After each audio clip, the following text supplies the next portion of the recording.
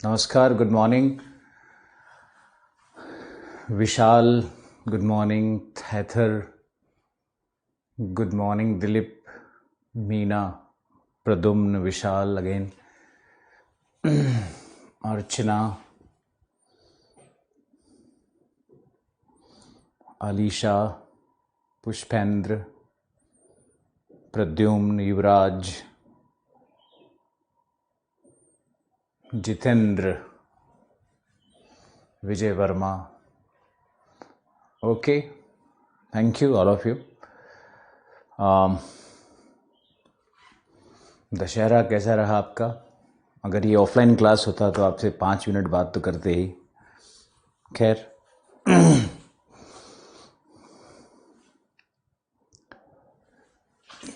रुको मुझे थोड़ा एसी ऑन करने दो.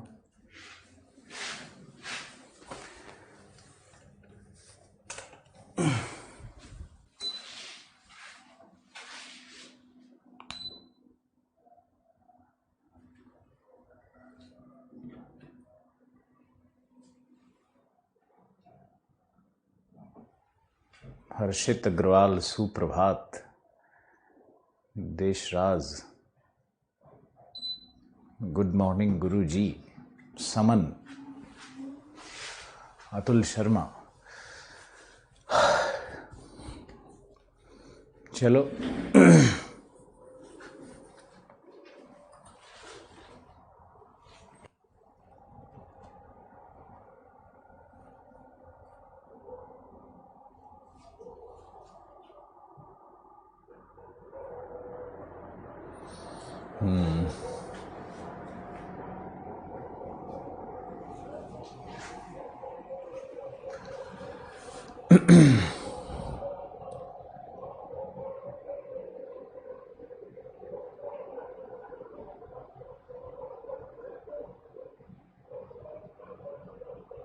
एट होम गया सर, घर ही रहे.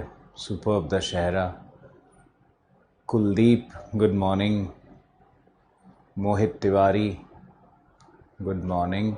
चलो, okay, again thank you all of you. Ocean bottom relief,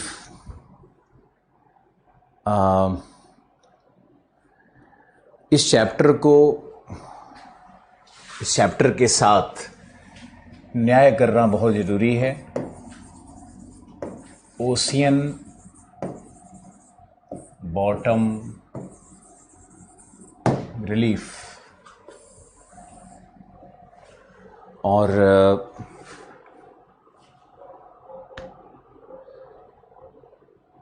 last class में मैंने शायद कॉन्टिनेंटल शेल्फ स्लोप ये चैप्टर पढ़ाया था क्या? अंटार्कटिका महासागर नहीं है, उसको साउदर्न ओशियन कहते हैं. पुष्पेंद्र, उसको साउदर्न ओशियन कहते हैं, दक्षिणी सागर महासागर कहते हैं. जहाँ पे बाकी तीनों बड़े सागर मिल रहे हैं ना, वो 50 डिग्री नॉर्थ से लेके 70 तक, वो दक्षिणी सागर कहलाता है. अब मुझे याद नहीं आ रहा है, प्लीज़ सपोर्ट मी. मुझे बताओ कि क्या मैंने महाद्वीपीय मग्न तट और मग्न ढाल इसका वर्णन किया था? प्राइमरी में किया था मैंने. विशाल ने लिखा या ओके. तो क्या मैंने नो ओके ऑल राइट, नहीं किया था. Thank you. हाँ, यानी ओशियन बॉटम रिलीफ को हम लोग बिल्कुल प्रारंभ से पढ़ते हैं. ये आपका पहला चैप्टर है. हमने ओशियन जोनिंग करवाया था आपको, और ओशियन जोनिंग में हमने आपको 2 प्रकार का जोनिंग करवाया था. पहला करवाया था फोटिक, एफोटिक, डायस्फोटिक वाला, प्रकाश के किरणों के प्रवेश के आधार पर, और दूसरा हमने करवाया था आपको गहराई के आधार पर और इकोसिस्टम के आधार पर करवाया था.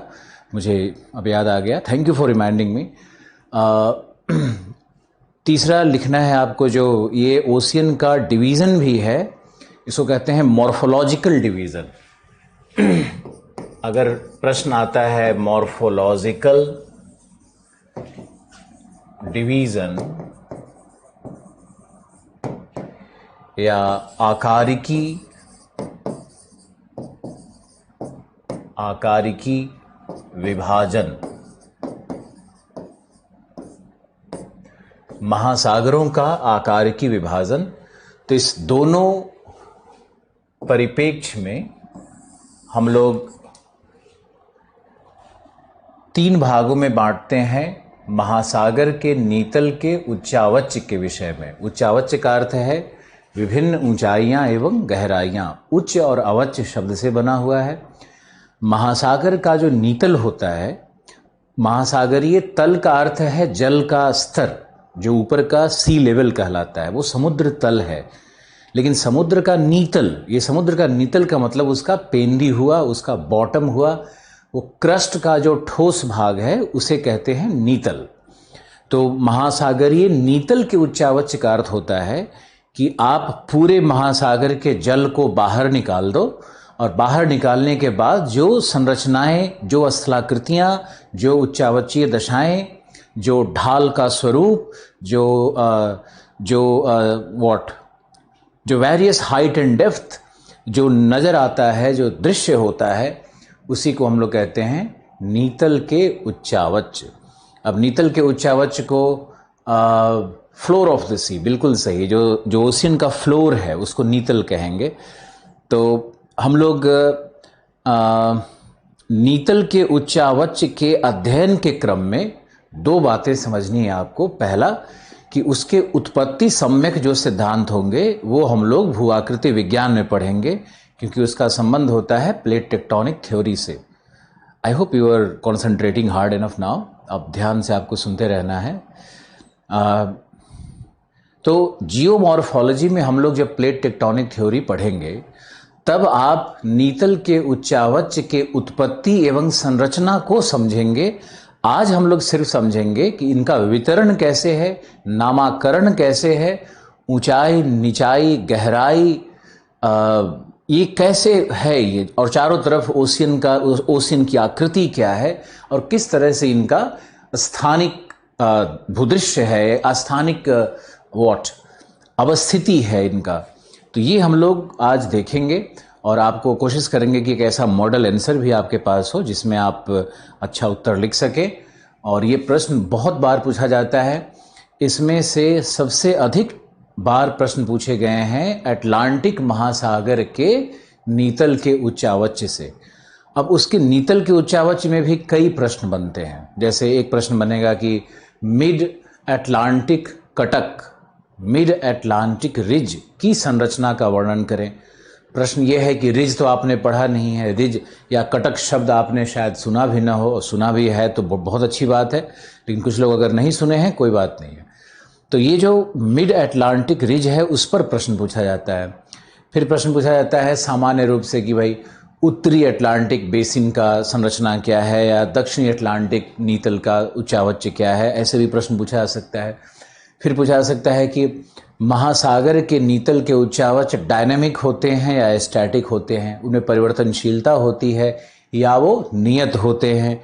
Permanency of the ocean floor, permanency of the ocean basin पे प्रश्न पूछा जाता है। फिर पूछा जाता है कि जो मिड अटलांटिक रिज है उसकी उत्पत्ति और संरचना पर अलग से प्रश्न पूछा जाता है, तो ये भी एक प्रश्न हो सकता है। फिर हो सकता है कि जो ज्वालामुखीय प्रक्रियाएं हैं अटलांटिक महासागर के अंतर्गत उस पर प्रश्न पूछा जा सकता है। द्वीपों की उत्पत्ति पर पूछा जा सकता है। तो कई प्रकार से ये प्रश्न पूछे जा सकते हैं। इसी तरह से इंडियन ओशियन में आओगे तो इंडियन ओशियन में भी उसके बॉटम रिलीफ पर प्रश्न पूछे जाते हैं। और एक बार पैसिफिक ओशियन पर भी प्रश्न पूछा गया है बॉटम रिलीफ के ऊपर में। तो आपको 3 महासागरों पर तैयारी करनी है और तीनों में जो मूल सिद्धांत होंगे, जो भूगर्भिक सिद्धांत होंगे, वो बिल्कुल एक जैसे होंगे, सिर्फ नामाकरण अलग हो जाता है। तो आपको हम कोशिश करेंगे कि आपको हम अटलांटिक ओशियन का और इंडियन ओशियन का जो नीतल है उसके बारे में आपसे डिस्कशन कर लें और उस डिस्कशन के बाद आपको हम बताएं कि इसमें आंसर राइटिंग कैसे करना है और आप लिखो उस प्रश्न को, और हम भी आपको मटेरियल भेजेंगे और आपको उसे पढ़ करके भी एज ए मॉडल आंसर आपको देखना है कैसे लिखा गया है, कैसे लिखा जाता है। कुछ क्लास में भी डिक्टेशंस देंगे, उसको भी आप ध्यान से लिखोगे। या उसके आधार पर आप आगे उत्तर लिखने की कोशिश करोगे। तो हम लोग देखते हैं कि ओशन बॉटम रिलीफ में सबसे पहले है प्राइमरी रिलीफ। प्राइमरी रिलीफ यानी प्राथमिक स्थलाकृति क्या है, प्राथमिक उच्चावच क्या है, यह है प्राथमिक उच्चावच। फिर है सेकेंडरी रिलीफ, द्वितीयक उच्चावच, द्वितीयक उच्चावच। और फिर होता है तृतीयक उच्चावच। तृतीयक उच्चावच क्या है? तो ये जो प्राइमरी, सेकेंडरी और टर्शियरी रिलीफ है, इसको समझते हैं कि ये है क्या आखिर। पूरे ओशियन बेसिन को जो नीतल है, ओशियन का जो नीतल है, जो ओशियन का कटोरा है, उस कटोरे को पहले हम लोग 4 भागों में बांटते हैं। तो ये जो 4 भाग किया गया उस कटोरे का, इसका आधार होता है कटोरे की संरचना। वो जो नीतल की संरचना है उसको आधार बनाया जाता है। संरचना में सिर्फ हम लोग चट्टानों के गठन की बात नहीं करते हैं, बल्कि चट्टानों के ढाल, चट्टानों का जो स्वरूप है, उसका जो इंक्लिनेशन है, उसका उसमें जो भौतिक, रासायनिक, उसमें जो विवर्तनिक लक्षण पाए जाते हैं, ये सब संरचना के अंतर्गत आता है। संरचना को एक बड़ा ही कॉम्प्रिहेंसिव शब्द के रूप में लेना चाहिए, व्यापक शब्द के रूप में लेना चाहिए। अब आप देखो, वीडियो नहीं चल रहा है।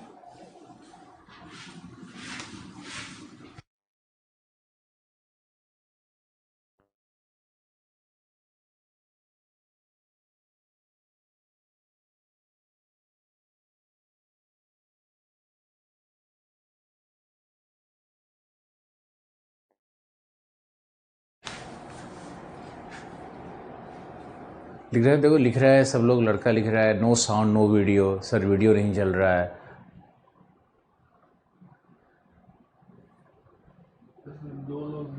चल रहा है, चल रहा है। क्या करता है तुम लोग, थोड़ा सा तुम, चल रहा है, लिख रहा है चल रहा है। ओके सर, ठीक हो गया। अरे ठीक चल रहा है। Okay okay, video is clear Mansi. उफ,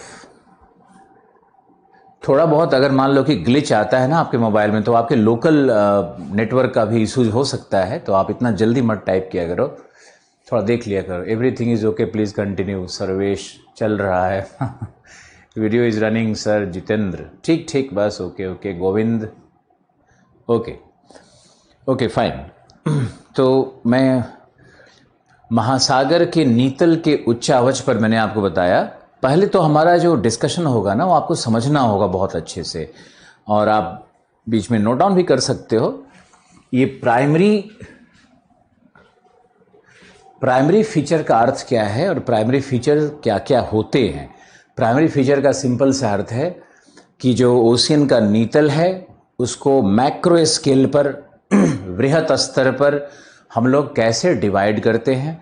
और जो मैक्रो स्केल पे जो हम लोग डिवाइड करेंगे नीतल को, तो उसका आधार क्या होगा, उसका मॉर्फोलॉजी या उसका मॉर्फोलॉजिकल स्ट्रक्चर, यानी उसकी संरचना, उसकी आकार की। तो हम लोग प्राथमिक डिवीजन करते हैं उसके संरचना एवं आकारिकी के आधार पर, आकारिकी के आधार पर इसका हम डिवीजन करते हैं। और जब इसका हम डिवीजन करेंगे संरचना एवं आकार के आधार पर, तो 4 मुख्य इकाई बनेंगे। अब 4 मुख्य इकाई पे चलते हैं। तो देखो, सबसे पहला है कॉन्टिनेंटल शेल्फ। डायग्राम के द्वारा आपको दिखाते हैं। Continental shelf, slope, rise, abyssal plain, और ये हमने ट्रेंच का भी एक बना दिया। यहां देखो, ये अगर हम लेते हैं कि ये हमारा सी लेवल है, अगर ये हमारा सी लेवल है 0 किलोमीटर, तो ये जो भाग है ये है 200 मीटर्स, और इसे अगर फैदम में लिया जाएगा तो ये कहलाएगा 100 फैदम्स। 1 फैदम का मतलब होता है 6 फीट, और ये है हमारा सी लेवल, ये होगा 0 फैदम। ये है 100 फैदम्स। 100 फैदम 183 मीटर होता है, लेकिन दोनों स्केल में जो अंतर है वो ये जनरलाइजेशन है, एक प्रकार का ये साधारणीकरण है। ओके, अब देखो ये 100 फैदम हम लोग जनरली यूके में यूज़ करते हैं, लोग फैदम का प्रयोग करते हैं यूरोपियन कल्चर में, यूरोपियन एजुकेशन सिस्टम में, और मीटर्स का प्रयोग इंडिया में, यूएस में ज़्यादातर आजकल मीटर प्रिवेलेंट हो गया है। तो ये 100 फैदम 200 मीटर्स, ये जो गहराई है, ये जो भाग है, ये कहलाता है महाद्वीपीय मग्न तट। आप इसको देखते रहो और नोट भी करते रहो। ये महाद्वीपीय मग्न तट का भाग है, जहां पर 200 मीटर की गहराई खत्म हो जाती है। ये देखो यहां पर ये 200 मीटर की गहराई इस पॉइंट पे हो रही है समुद्र तल से, तो ये हमारा मग्न तट का भाग है। अब एक लाइन और लेते हैं, ये है हमारा 3660 मीटर। फैदम में अगर लेंगे तो ये कहलाता है 2000 फैदम। तो ये 2000 फैदम का जो गहराई है, ये कहलाएगा महाद्वीपीय मग्न ढाल। ये मग्न ढाल है। और 2000 फैदम के बाद हम चलते हैं तो ये हमारा है 4000 मीटर। फैदम में लेंगे तो मुश्किल से 150 फैदम का गहराई बढ़ेगा, या 200 फैदम का गहराई यहाँ पे बढ़ता है। बहुत ही इनसिग्निफिकेंट गहराई है। तो यहाँ पे हम लोग इसको कहेंगे मग्न महाद्वीपीय उत्थान। ये महाद्वीपीय उत्थान का भाग है। अगर आप, और उसके बाद जो ये पूरा भाग हमारा शेष रह जाता है, ये है गहन सागरीय मैदान। ये गहन सागरीय मैदान है। यहां पे डेप्थ लेंगे 6000 मीटर्स का। 6000 मीटर का आप डेप्थ ले लो। ये लगभग 3000 फैदम। यहां पे हम लोग लेंगे 3000 फैदम का एक गहराई रेखा लेंगे तो वो लगभग 6000 मीटर्स हो जाता है। ओके, अब इस पूरे ग्राफ को आप देखो तो हमने ओशियन बेसिन को 4 भागों में बांटा है। यह है इसका पहला, यह है दूसरा डिवीजन, यह है इनका तीसरा डिवीजन, और यह है 4 डिवीजन। इसी को हम लोग प्राइमरी डिवीजन कहते हैं। ओके, अब आगे देखो, और अब ज्यादा ध्यान से देखना आपको कि इनका फॉर्मेशन कैसे होता है, इनकी संरचना क्या होती है, इनके विषय में लिखना क्या होता है, इनके किन विशेषताओं पर प्रश्न आ सकता है। क्योंकि भौतिक भूगोल मानव भूगोल से पृथक नहीं किया जा सकता है, तो ज्यादा संभावना ये बनती है कि महाद्वीपीय मग्न तट के उत्पत्ति और उसके भूगर्भ शास्त्र पे न जाकर के आजकल प्रश्न पूछा जाएगा कि यहाँ संसाधन कौन से मिलते हैं, यहाँ के जैव संसाधन कौन कौन से हैं, यहाँ का एनर्जी रिसोर्स कौन सा है। तो इधर भी थोड़ा कॉन्सेंट्रेट करना है। आप यूपीएससी के उस डिजाइन को समझो। पूछ सकता है कि यहाँ पर मैरीन पॉल्यूशन का स्वरूप कैसे बन रहा है। ये पूछ सकता है कि यहाँ पर जो फिशिंग बेल्ट्स है वो क्यों विकसित होते हैं, यहाँ का इकोसिस्टम कैसा होता है। तो ये प्रश्न आजकल ज़्यादा संभावित है। ओशियन बॉटम रिलीफ में भी आप जाओगे तो भूगर्भ शास्त्र को कहीं न कहीं जैव मानव विज्ञान से जोड़ने की एक परंपरा भूगोल में बन गई है। तो हम लोग उसी दृष्टिकोण से पढ़ेंगे। हम लोग दोनों पढ़ेंगे। पहले तो उसकी उत्पत्ति और भूगर्भ शास्त्र में भी जाएंगे, दूसरा फिर उसके जैव संसाधन और एनर्जी रिसोर्स और जो ह्यूमनिस्टिक पार्ट उसका हो सकता है उसको भी हम लोग देखेंगे। ओके, मग्न तट पे आओ। तो मग्न तट के विषय में हम चाहते हैं कि आप कुछ लिखो।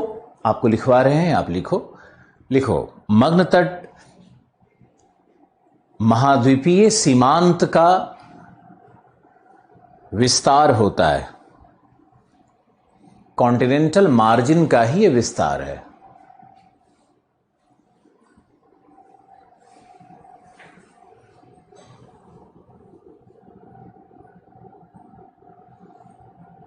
कॉन्टिनेंटल मार्जिन का यह विस्तार होता है। अब कॉन्टिनेंटल मार्जिन शब्द एक आया, इसकी व्याख्या की जाएगी।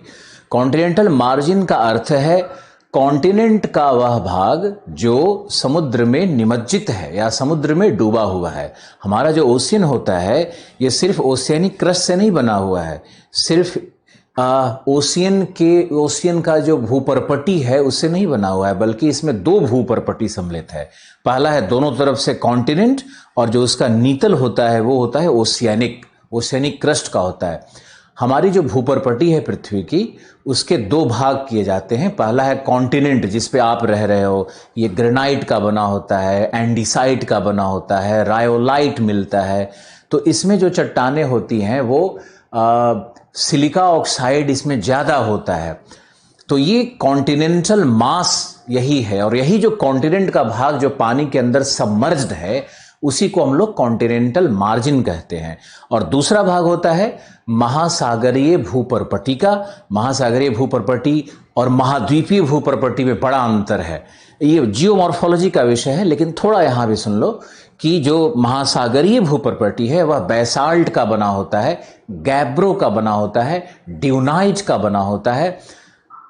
धैर्य रखो, विश्वास रखो, ये सारे शब्दावली आप सीखोगे और सब कुछ आपको सिखाएंगे भूगर्भ शास्त्र के। आप अच्छे खासे वो ज्ञाता बन जाओगे, चिंता नहीं करो, बिल्कुल ट्रस्ट रखो और कैरी ऑन करते हैं। तो हमने सिर्फ आपको आज ये सीखना है कि जो महासागर की भूपर्पटी है वो भूपर्पटी बेसाल्ट की बनी होती है, और जो बेसाल्ट होता है उसमें फेरोमैग्नीशिया की मात्रा अधिक होती है। सिलिका ऑक्साइड उसमें भी 50% है, बेसाल्ट में भी सबसे अधिक मात्रा सिलिका ऑक्साइड की ही है, 50% है। लेकिन ये मात्रा ग्रेनाइट में जाकर के 70 से 80% हो जाती है। तो कारण ये है कि जो बेसाल्ट है उसमें फेरोमैग्नीशिया की मात्रा, फेरस, मैग्नीशियम, लोहा, मैग्नीशियम, इसके ज्यादा खनिज मिलते हैं, मिनरल्स मिलते हैं ओशियन बेसिन के भूपर्पटी में। ऐसे याद रखना है आपको। अब ये समझना है कि सीमांत क्या है। तो महाद्वीपीय, जहां भी महाद्वीपीय शब्द आ रहा है, महाद्वीपीय मग्न तट, महाद्वीपीय मग्न ढाल, महाद्वीपीय उत्थान, तो ये जहां तक महाद्वीप आ रहे हैं वहां तक ये जो पूरा भाग है, ये जो हमने, ये देखो जो हमने ये डिजाइन बना दिया, ये जो हमने ऐसे कर दिया, ये पूरा भाग ग्रेनाइट है। ये पूरा भाग ग्रेनाइट है। ग्रेनाइट को कुछ इसी तरह सिंबल से दिखाते भी हैं, क्योंकि ग्रेनाइट में संधियां होती है, इसलिए इस तरह का क्रॉस दिखाया जाता है। ग्रेनाइट को अगर शो करना है आपको, छोटी छोटी बातों का ध्यान रखोगे तो एग्जामिनर बहुत खुश होता है। और यही छोटी छोटी बातें जो ज्योग्राफी बैकग्राउंड वाले नहीं होते उनको मालूम नहीं रहता है, आप सीखते रहो। तो ये जो भाग जो मैंने दिखाया, ये क्या है? ये महाद्वीप का भाग है। तो महाद्वीप के भाग, ये जो पॉइंट है जहां पर गहन सागरीय मैदान महासागरीय उत्थान का मिलन हो रहा है, यानी जहां पर बेसाल्ट के ओशियनिक क्रस्ट का महाद्वीपीय क्रस्ट से मिलन हो रहा है, यानी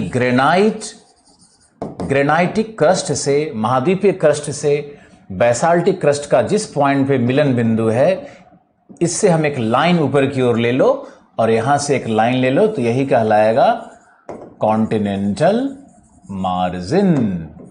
यही है महासागरीय सीमांत जो जल में डूबा हुआ है। ये पूरा जल का भाग है, ये समुद्र का भाग है, ये जल है। ये देखो जल में डूबा हुआ है महासागरीय भाग। अब आपके शायद समझ में आना शुरू हो गया होगा।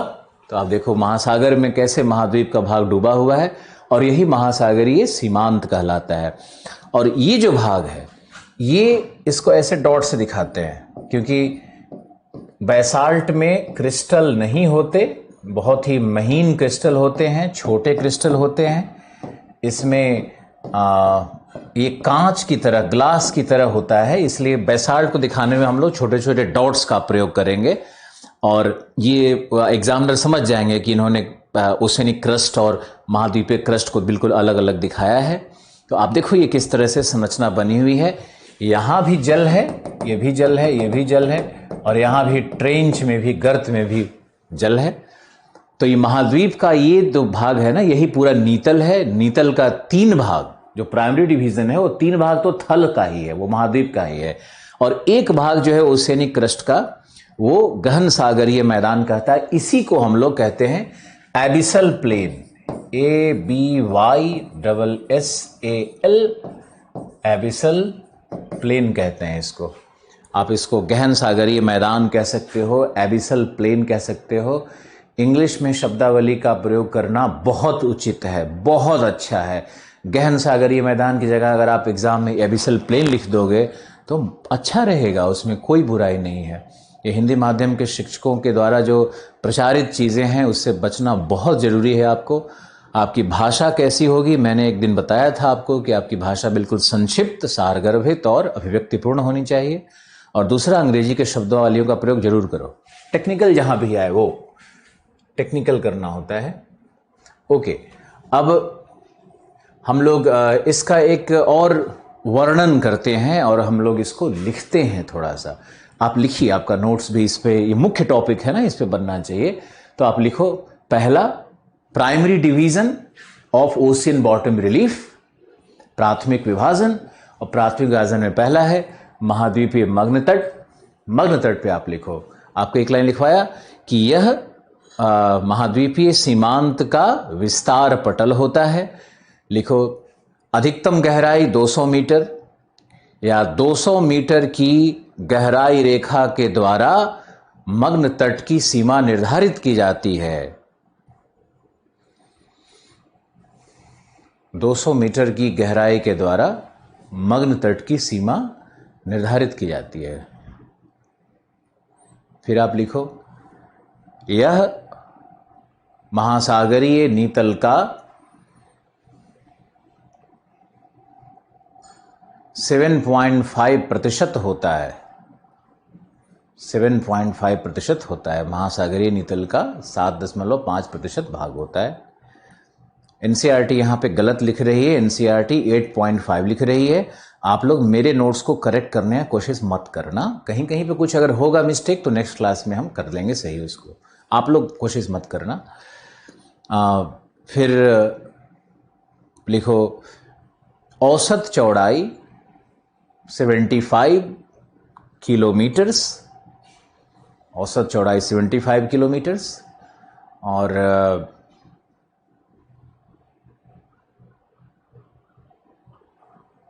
और ढाल का स्वरूप 1 डिग्री से कम, सामान्यतः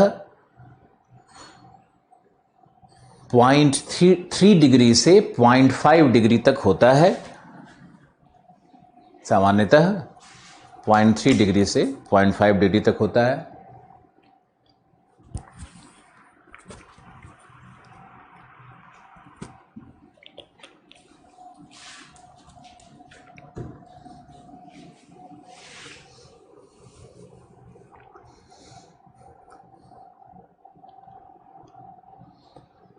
फिर लिखें, ये तो फैक्चुअल चीजें हो गई। अब लिखो, यह, नेक्स्ट पैराग्राफ, यह महाद्वीपीय अवसादों से युक्त होता है।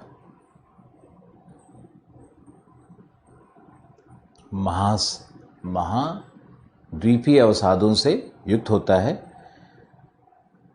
जिसे तटीय अवसाद कहते हैं, लिटोरल डिपॉजिट्स कहते हैं।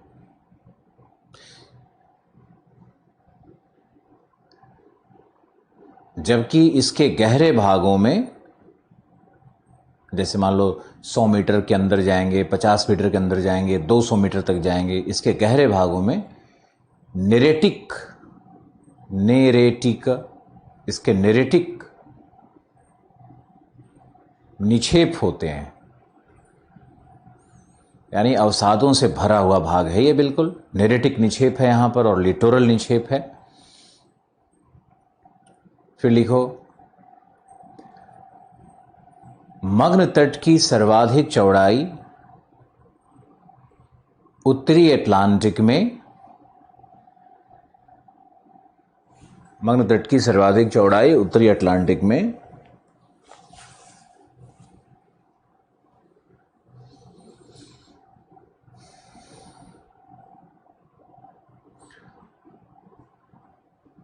40 से 55 डिग्री के मध्य प्राप्त होती है। कई बार बुक्स में 45 से 65 भी रहता है, लेकिन आपको याद रखना है ऐसा ज्योग्राफी में बिल्कुल कोई फिक्स लाइन नहीं होता है, अलग अलग विद्वान अलग अलग गणना करते हैं। 40 से 55 डिग्री होता है, वे सबसे अधिक चौड़ाई मिलती है महाद्वीपीय मग्न तट की,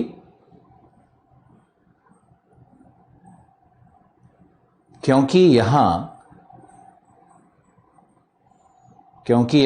प्लीस्टोसीन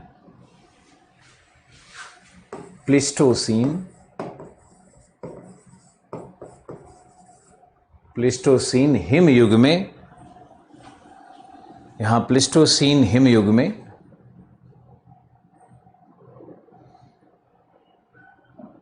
हिम के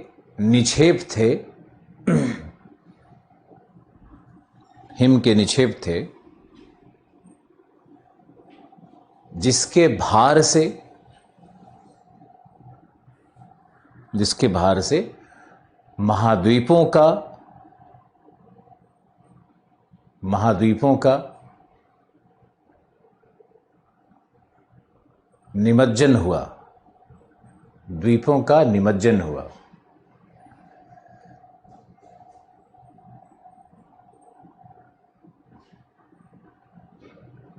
ढाल का जब भी मापन करेंगे अर्चना, तब उसको करेंगे डिग्री में ही करेंगे, मीटर में कैसे करेंगे उसको।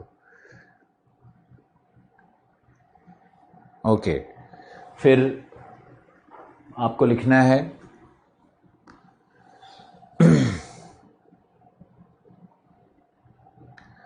सर्वाधिक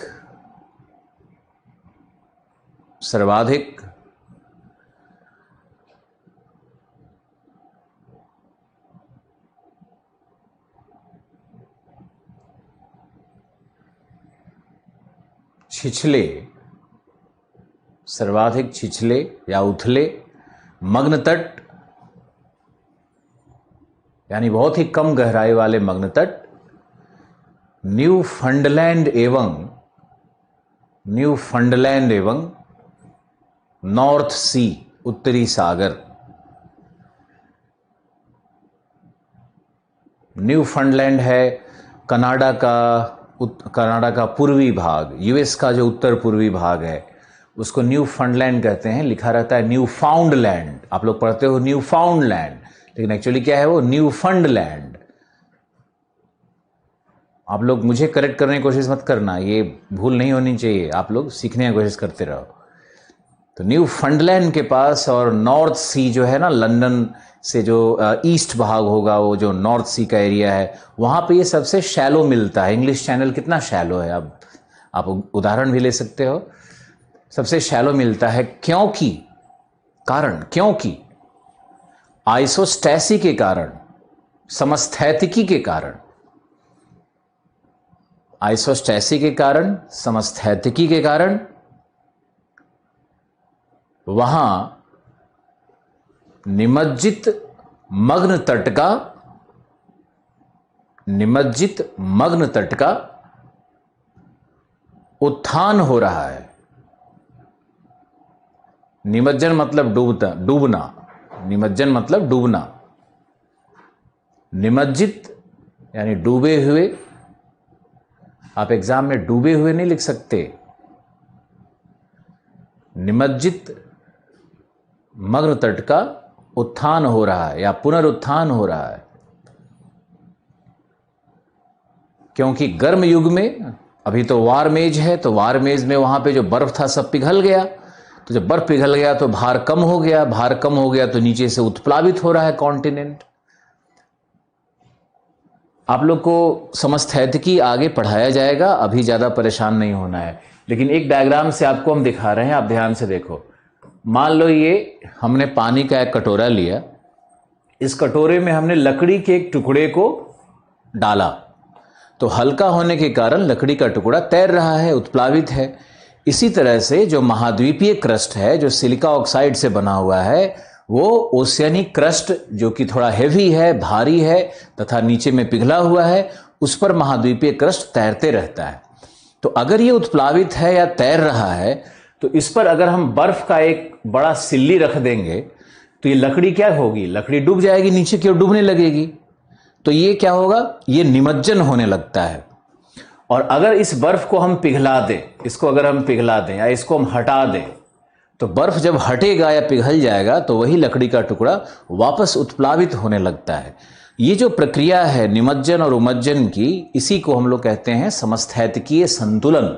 तो समस्थैतिकीय संतुलन में क्रस्ट ऊपर और नीचे एडजस्टमेंट करता है, उसको आइसोस्टैटिक एडजस्टमेंट कहते हैं या भू संतुलन कहते हैं। तो ये भू संतुलन के कारण जो नॉर्थ सी है और न्यू फंडलैंड के पास जो बेसिन है, जो महाद्वीपीय मग्न तट है, वहां पर शैलो ओशियन मिलता है, वहां पे सबसे छिछले मग्न तट मिलते हैं। अब इसमें लिखो जिन्हें ये जो शैलो मग्न तट है, जिन्हें बैंक कहा जाता है, बैंक कहा जाता है। फिशिंग बैंक आप लोग सुने होंगे, Dogger bank, George bank, civil bank, Saint Pierre bank, कितना सारा बैंक बना हुआ है। तो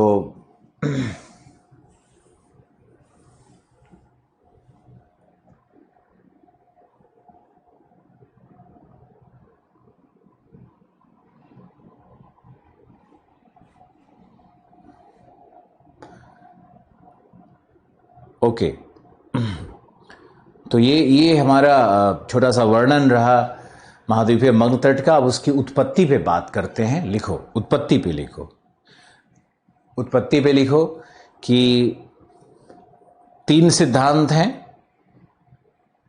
मग्न तट पर, 3 सिद्धांत हैं। पहला है विवर्तनिक सिद्धांत, विवर्तनिक सिद्धांत, जिसमें बस एक लाइन लिखना है कि प्लेटों के संचरण के कारण, प्लेटों के संचरण के कारण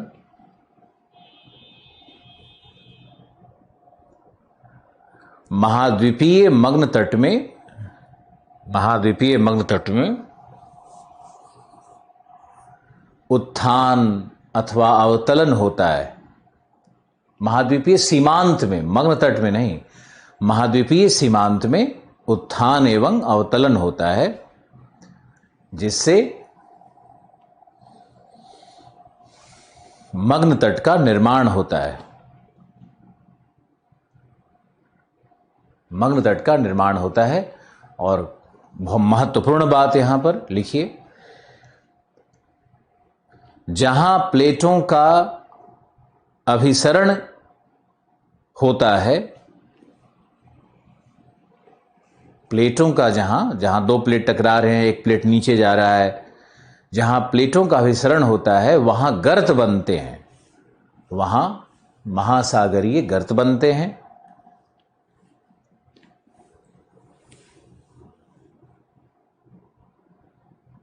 महासागरीय गर्त बनते हैं तथा गर्तों के पास मग्न तट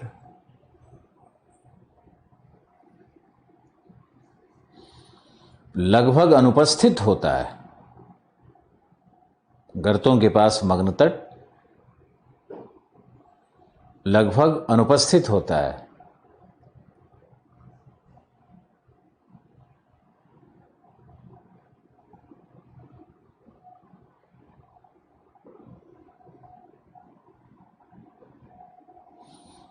मग्न तट लगभग अनुपस्थित होता है।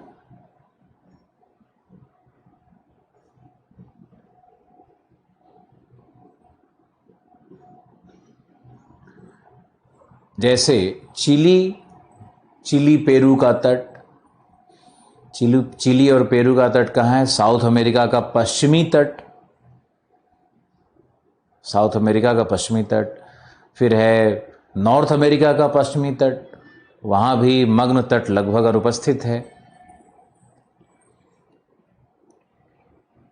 जापान का पूर्वी तट, यहां पे मग्न तट अनुपस्थित होंगे, गर्त है। अब लिखिए दूसरा सिद्धांत। दूसरा सिद्धांत है तरंग निर्मित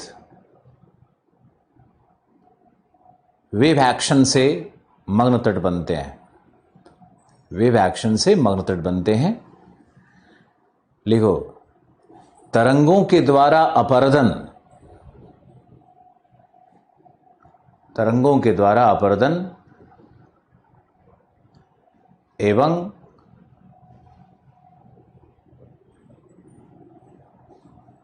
तरंगों के द्वारा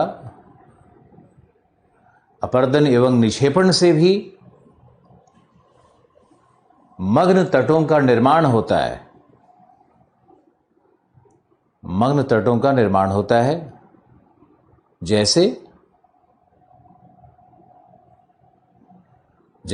अटलांटिक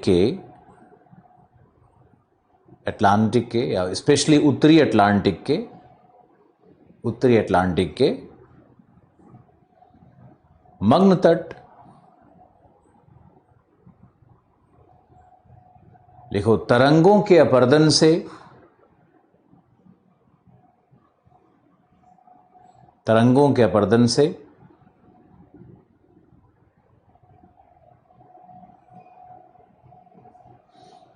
तरंग निर्मित चबूतरे वेव कट प्लेटफॉर्म्स बनते हैं।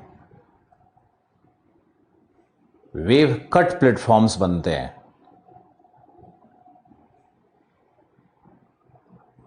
वेव कट प्लेटफॉर्म्स बनते हैं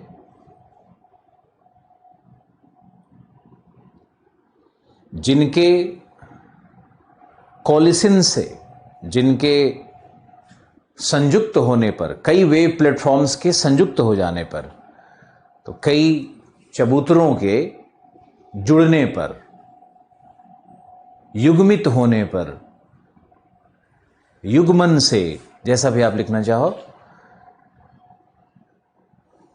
के कॉलिशन से, जुड़ने से विशाल मग्न तटों का निर्माण, विशाल मग्न तटों का निर्माण होता है।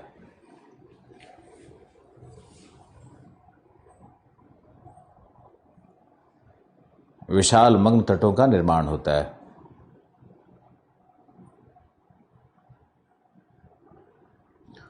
फिर लिखो नेक्स्ट,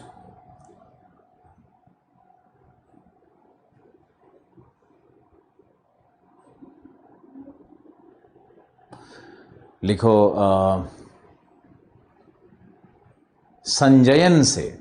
बिल्कुल सही, एक शब्द लिखा है विशाल ने कि विभिन्न चबूतरों के संजयन से। बहुत सुंदर शब्द दिया आपने, थैंक यू। संजयन से बनता है। अब इसमें आगे लिखो,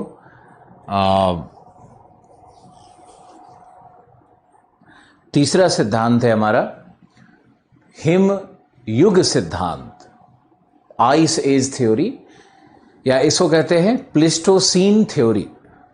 प्लिस्टोसीन थ्योरी। तो लिखो, प्लिस्टोसीन ब्रैकेट में 2 मिलियन वर्ष पूर्व, आज से 2 मिलियन साल पीछे, 2 मिलियन वर्ष पूर्व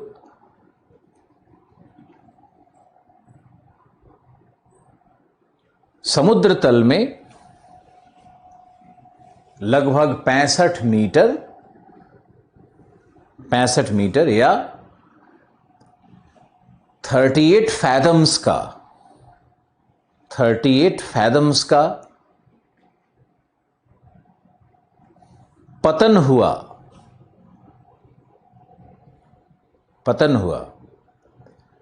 जिससे तरंगों ने इस गहराई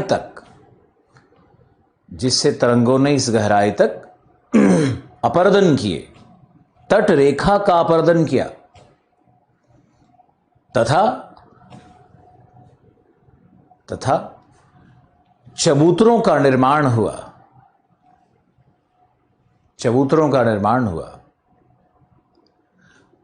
गर्म युग में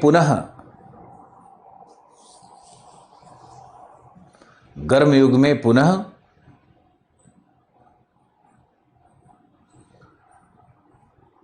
समुद्र तल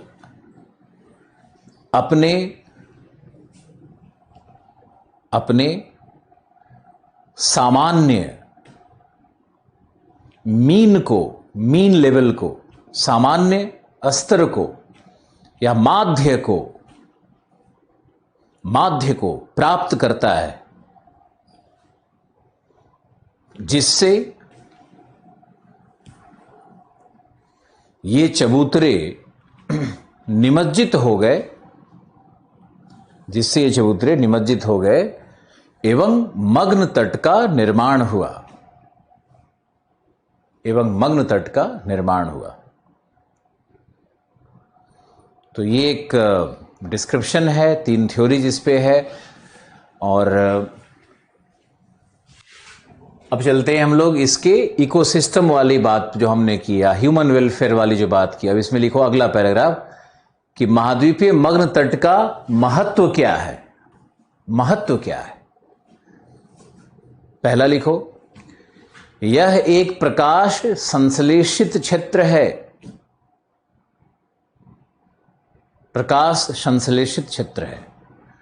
फोटिक जोन है, जहां सूर्य की किरणें सक्रिय हैं।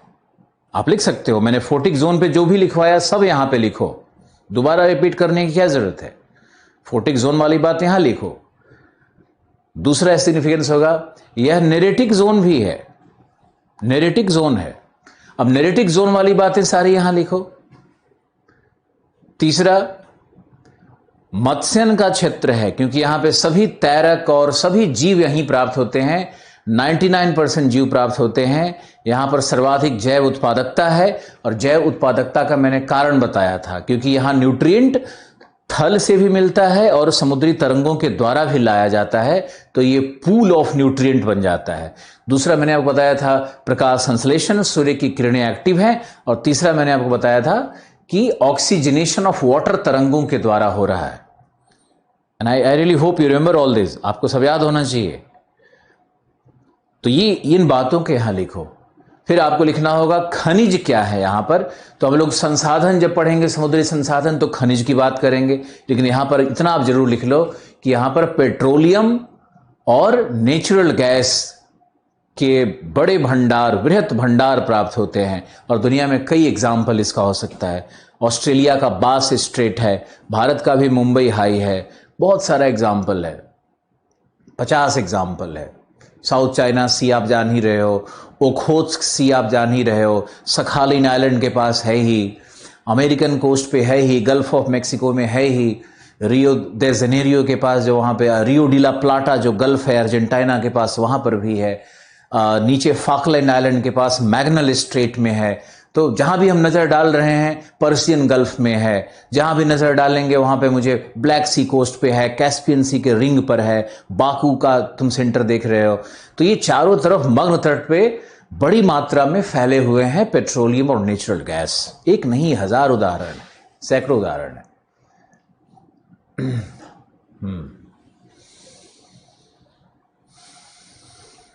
ओके, तो ये आपको डिस्क्रिप्शन देना है इसका। अब यहां पे एक और लिख सकते हो पॉइंट नंबर 5 या 4 कि यहां कोरल रीफ इकोसिस्टम होता है, प्रवाल भित्तियों का एक पारिस्थितिकी तंत्र होता है जो उष्णकटिबंधीय क्षेत्रों में होगा। लेकिन ये 40 डिग्री नॉर्थ से 30 डिग्री साउथ वाला जो उष्णकटिबंधीय क्षेत्र है, जहां गर्म जल होता है, वहीं मिलता है। इस पर भी हम लोग बहुत अच्छा क्लास करना है हम लोगों को, तो सिलेबस में लिखा है, लेकिन यहां पे लिख सकते हो कोरल रीफ के विषय में। ओके, तब आपका आंसर बिल्कुल कंप्लीट हो जाएगा। अब आप चलें और देखते हैं मग्न ढाल के ऊपर में। मग्न ढाल पर कुछ फैक्ट्स लिखिए। लिखो, महासागरीय नीतल का 8.5%,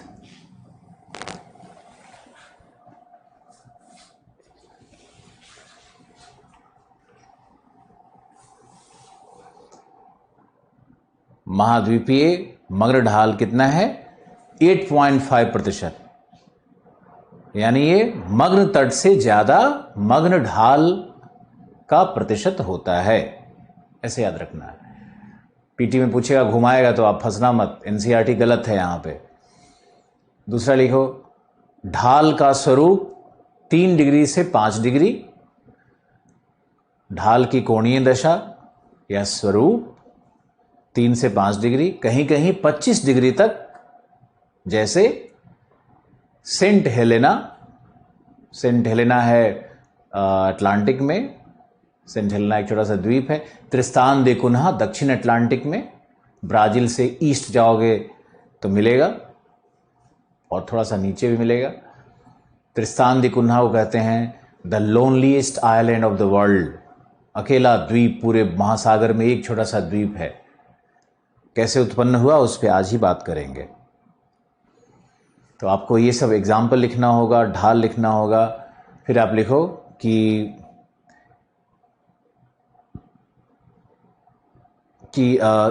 गहराई 2000 फैदम, अधिकतम गहराई 2000 फैदम या 3660 मीटर्स।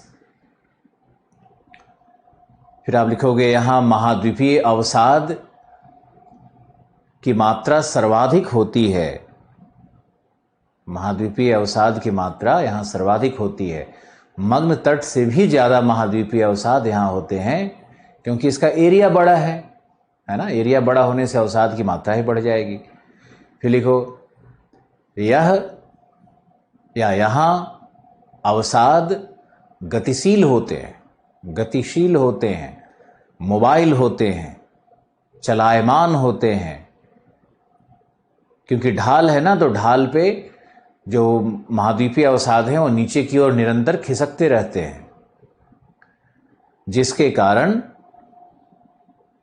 कारण अपरदनात्मक क्रियाएं होती है, अपरदनात्मक क्रियाएं होती है एवं ढाल के तीव्रता में निरंतर वृद्धि हो रही है। ढाल के तीव्रता में निरंतर वृद्धि हो रही है।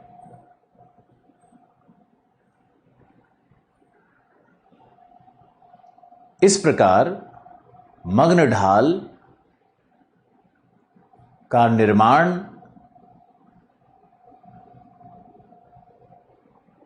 तरंगों के द्वारा अपरदन एवं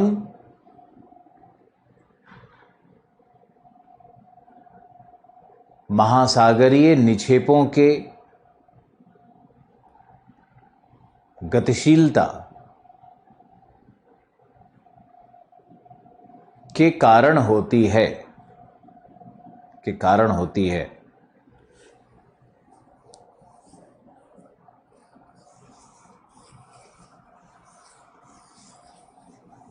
अभी कल ही हम समुद्र के किनारे बैठे हुए थे, 2 दिन का छुट्टी मिला, तुरंत भाग गए। तो देख रहे थे वहाँ पे कैसे स्वाश, स्वेल, सर्फ, ब्रेकर्स कैसे बनता है। उस पर मैंने एक छोटा सा वीडियो भी बनाया है, यूट्यूब चैनल पे डालेंगे 2-4-5 दिन में। ओके, अब आपको समझना है, मान लो कि ये समुद्र तल है, तो यहाँ पर समुद्री तरंगें आती हैं इस तरह से। तो समुद्री तरंगें आने के बाद ये कोस्ट को हिट करके फैल जाती हैं, और फैलने के बाद अवसादों को नीचे की ओर लाती हैं। ये कहलाता है बैकवॉश। जो ऊपर की ओर आ रहा है ये है स्वाश, और नीचे जो लौट रही है तरंगे अवसादों के साथ, यही है बैकवॉश। तो बैकवॉश क्या है कि अचानक जब ढाल में यहाँ पे तीव्रता मिलेगी तो यहाँ पे जो अवसाद है उसकी गति बढ़ जाएगी, ढाल पर अवसादों की गति बढ़ेगी।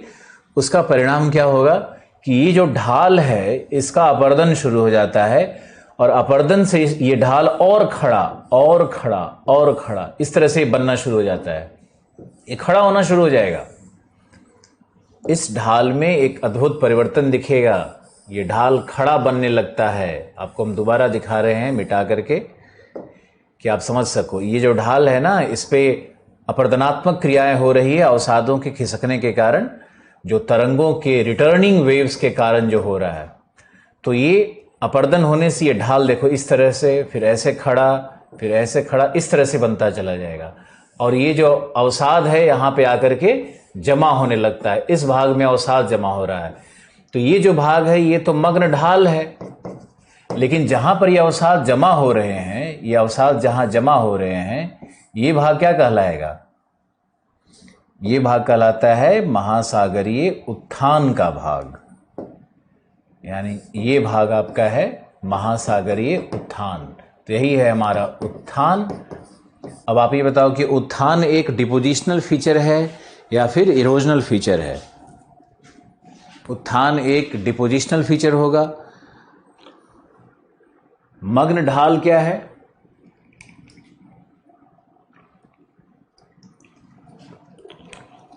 मग्न ढाल एक प्रकार का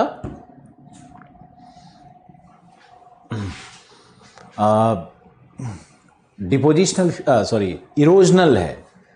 इसकी रचना इरोजनल है, अपरदनात्मक है। इसकी रचना उत्थान का मतलब डिपोजिशनल है।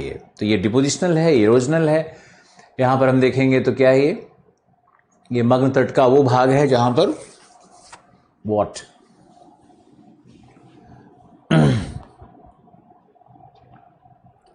जहां पर अपरदनात्मक और निक्षेपात्मक और विवर्तनिक तीनों क्रियाएं हो रही है। यानी इसको आप समझने की कोशिश करो कि ये जो मग्न तट है इसकी उत्पत्ति के 3 कारण हो सकते हैं, विवर्तनिक, अपरदनात्मक, निक्षेपात्मक। ढाल की उत्पत्ति का कारण होता है एसेंशियली या तो विवर्तनिक होगा, प्लेटों का धसाव, या इसका मुख्य कारण होता है अपरदनात्मक, वेव के द्वारा अपरदन। और तीसरा जो होगा उत्थान, इसकी उत्पत्ति क्या है? डिपोजिशनल है। यहां पर आकर के जो अवसाद जमा हो रहे हैं, और ये जो महासागरीय उत्थान है ना, ये एक मेखला का निर्माण करता है। चारों तरफ समुद्र का जो नीतल है उसके चारों तरफ एक अवसादों की मेखला बन जाती है, यही महासागरीय उत्थान है। तो अब हम लोग आते हैं महासागरीय उत्थान के ऊपर में, और लिखिए महासागरीय उत्थान पर लिखिए। लिखो, यह भी महासागरीय सीमांत का भाग होता है। यह भी महाद्वीपीय सीमांत का, यह भी कॉन्टिनेंटल मार्जिन का भाग होता है। कॉन्टिनेंटल मार्जिन का भाग होता है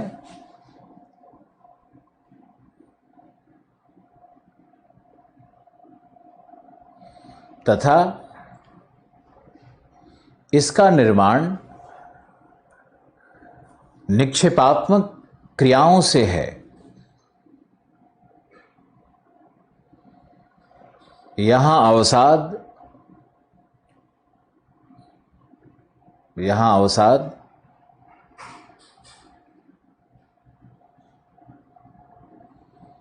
महाद्वीपीय एवं महासागरीय दोनों प्राप्त होते हैं।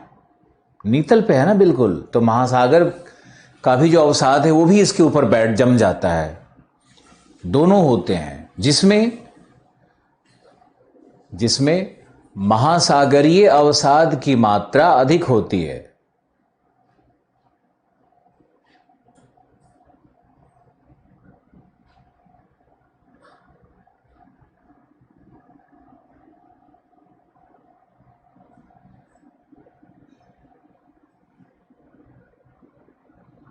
महासागरीय अवसाद की मात्रा अधिक होती है, याद रखना है इसको। लिखो, अतः यह एक संक्रमण क्षेत्र है, ट्रांजिशनल जोन है, तथा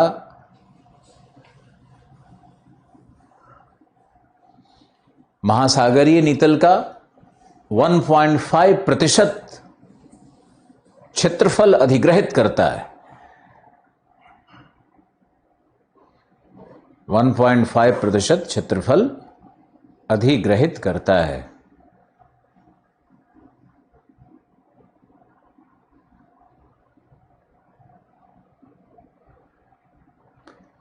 फिर लिखो,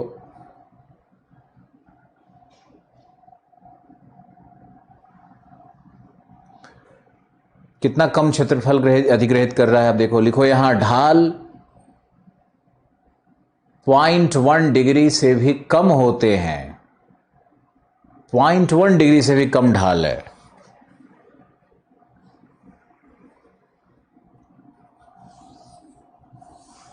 तथा यह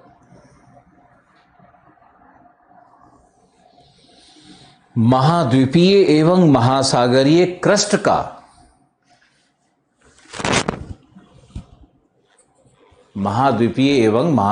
क्रस्ट का मिलन क्षेत्र होता है, संगम क्षेत्र होता है।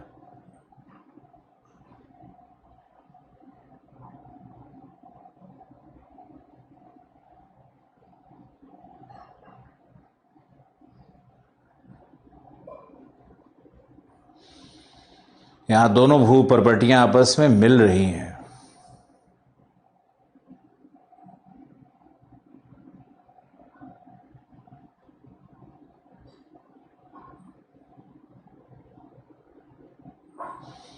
सर साइबेरिया, पुष्पेंद्र का प्रश्न है, साइबेरिया का कोस्ट 1500 किलोमीटर क्यों है? वही जो समस्थैतिकी का मैंने बताया ना, बर्फ था वहां पे पिघला जमा हुआ, तो वहां महाद्वीप नीचे निमज्जित हो गए थे और बाद में बर्फ के पिघलने के बाद उसका उत्थान हो गया।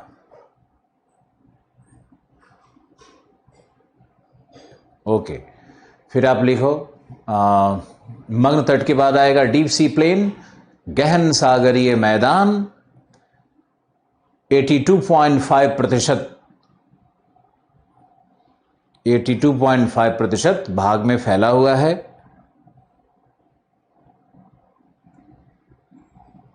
बिरासी 0.5% भाग में फैला हुआ है। सबसे बड़ा तो यही हो गया एरिया, टोटल एरिया इसका। लिखो यह बैसाल्ट चट्टानों से निर्मित है। ढाल 1:1000, 1:1000। ढाल इसका है 1:1000।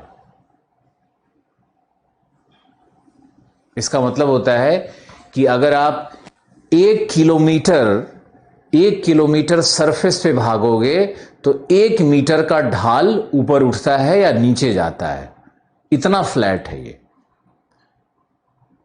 इसका मतलब क्या हुआ? 1:1000 का मतलब 1000 मीटर हॉरिजॉन्टल लेंगे तो 1 मीटर का उत्थान है। समझ गया? तो ये जो ढाल बनेगा ये उसी तरह का होगा।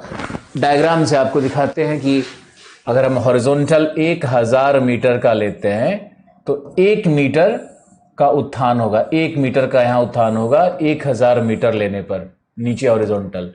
तो ये जो एंगल बनता है वो एंगल कितना कम होगा, इसलिए लिखो extremely flat and rolling plains, बिल्कुल समतल मैदान होते हैं, बिल्कुल समतल मैदान होते हैं, बिल्कुल फ्लैट है ये।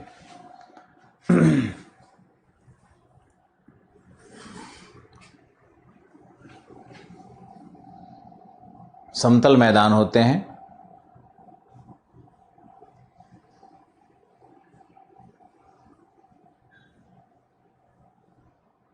फिर लिखो परंतु कटक एवं बेसिन टोपोग्राफी से युक्त होते हैं। कटक एवं बेसिन टोपोग्राफी से युक्त होते हैं तथा इसके 80% भागों में 80% भागों में एबिसल हिल्स की संरचना होती है। एबिसल हिल,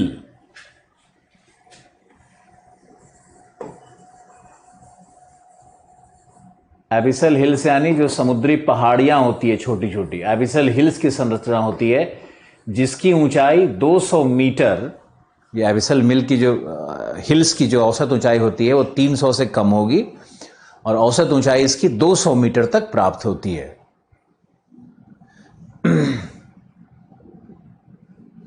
200 मीटर तक औसत ऊंचाई प्राप्त होगी। देखो अर्थात यह स्थलाकृतिक विविधताओं से युक्त प्रदेश है, स्थलाकृतिक विशेषताओं से या विविधताओं से युक्त प्रदेश है, न कि मोनोटोनस, न कि एक रूप प्रदेश, न कि एक रूप प्रदेश। लिखो महासागरीय कटक एवं कटकों की शाखाएं, महासागरीय कटक एवं कटकों की शाखाएं इसे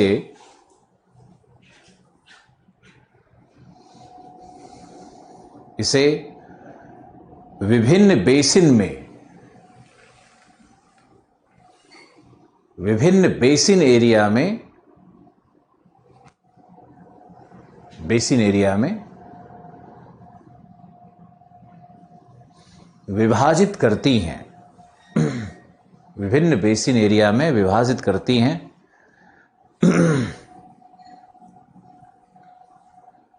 बेसिन में डिवाइड कर देता है इसको। लिखो, ये बेसिन महासागरीय निक्षेपों विशेषकर लाल मृत्तिका से ढकी होती हैं। लाल मृत्तिका से ढकी होती हैं।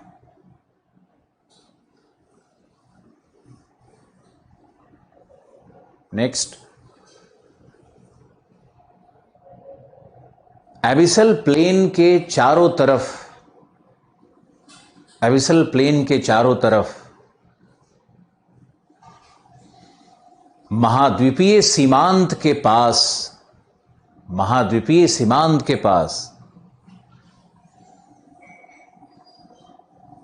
गर्तों का निर्माण होता है।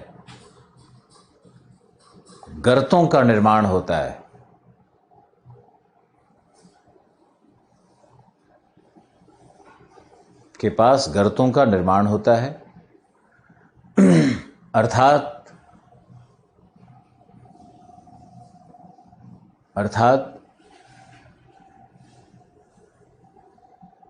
महासागरीय गर्त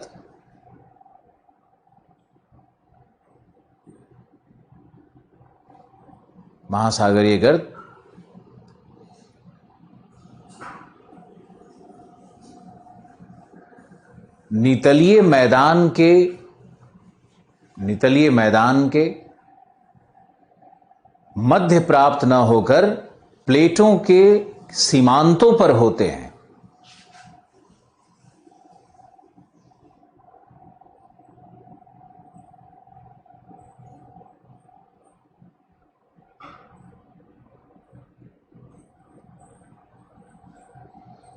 प्लेटों के सीमांतों पर होते हैं। ये बहुत महत्वपूर्ण बात मैंने आपको बताई कि जो महासागरीय गर्त होते हैं वो महासागर के नीतल के बीच में नहीं होते हैं, बल्कि नीतल का जो एबिसल प्लेन है उसका जो किनारा है वहां पर मिलता है। यानी अगर गर्तों की संरचना वास्तव में आपको देखनी होगी तो यहां मिलेगा गर्त। वैसे मैंने यहां दिखाया है क्योंकि दूसरे साइड हम दिखा रहे हैं, लेकिन एक्चुअली यहां मिलेगा। और यहां पे अगर आप जाओगे तो यहां से फिर वो शुरू हो जाएगा जो महासागरीय उत्थान का भाग है, यानी गर्त इस भाग में होता है, यहां पर गर्त होता है और ये नितलीय मैदान है, फिर गर्त होगा और फिर इसके बाद महाद्वीपीय सीमांत शुरू हो जाता है। अब यहां पर एक छोटा सा शब्द आपको सीखना है। ये जो भाग है जहां मग्न तट और मग्न ढाल मिल रहा है, यहां जहां अचानक परिवर्तन हो रहा है ढाल का, जो बिंदु मग्न तट एवं मग्न ढाल के मध्य है, जहां अचानक मग्न ढाल में तीव्रता बढ़ रही है, ढाल की तीव्रता बढ़ रही है, वो जो पॉइंट है उसको कहते हैं कॉन्टिनेंटल ब्रेक। तो ये पॉइंट जो हमारा है ये कहलाता है कॉन्टिनेंटल ब्रेक। यही कॉन्टिनेंटल ब्रेक कहलाएगा। ओके, और अब एक यूपीएससी टाइप प्रश्न आपको लिखवाते हैं। लिखो,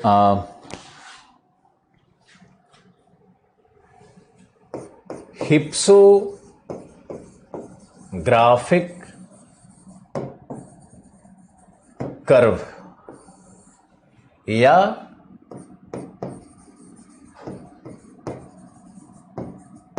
हिप्सोमेट्रिक कर्व, हिंदी में उच्चतादर्शी वक्र।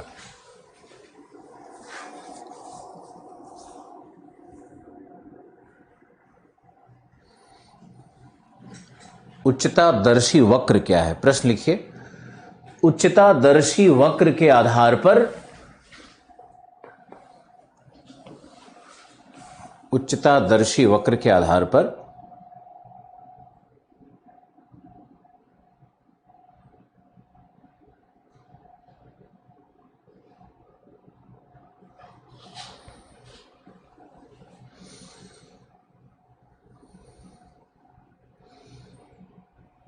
महासागरीय नीतल के प्राथमिक उच्चावचों का प्रदर्शन करें, विवरण दें, व्याख्या करें।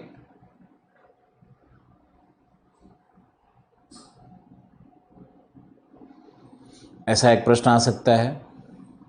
फिर ये हो सकता है कि हिप्सोग्राफिक कर्व की विशेषताओं एवं ओशनोग्राफर्स के लिए उपयोगिता पर टिप्पणी करें।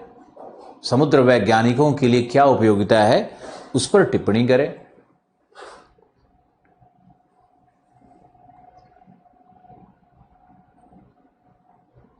तो इस प्रश्न का डिस्कशन किया जाए, इस पे उत्तर भी लिखा जाए।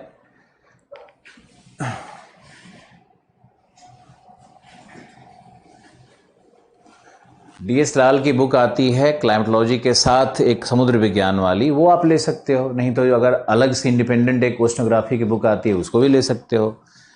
जैसा तुमको लगे, क्लास को फॉलो करना है।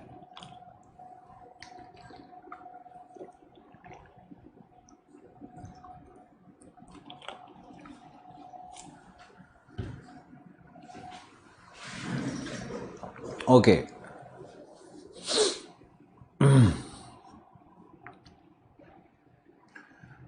अब आप लिखो, हिप्सोग्राफिक कर्व को पहले एक्सप्लेन करेंगे, फिर आपको दिखाते हैं। हिप्सोग्राफिक कर्व जो बनाना है उसमें पहले उसका एक बॉक्स लो, और ये इसका 0 है यानी सी लेवल है। ऊपर की ओर जाने पे यहां ऊंचाई है और नीचे में गहराई है। समुद्र तल से ऊंचाई, समुद्र तल से गहराई। पहले ये बॉक्स बनाओ, जल्दी बनाओ।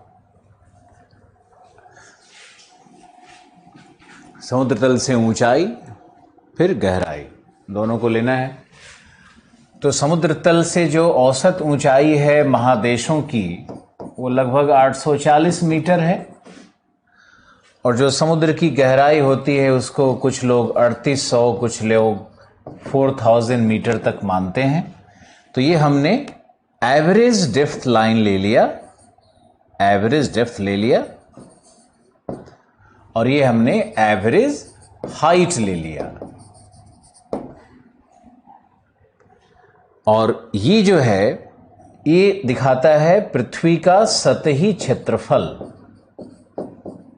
तो सतही क्षेत्रफल को यहां दिखाओ, एक्स एक्सिस पे प्रतिशत में इसको दिखाया जाता है। तो ये हमारा हो जाएगा 50%, तो यहां हो जाएगा 0%, तो यहां पे हमारा आएगा 25%, ऐसे आएगा। ये हमारा 75% एरिया हो गया, और यहां पर आओगे तो 100% पृथ्वी के सतह का क्षेत्रफल आ गया।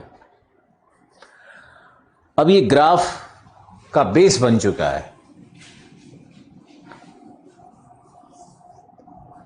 इस ग्राफ के बेस को देखो, ध्यान से देखो।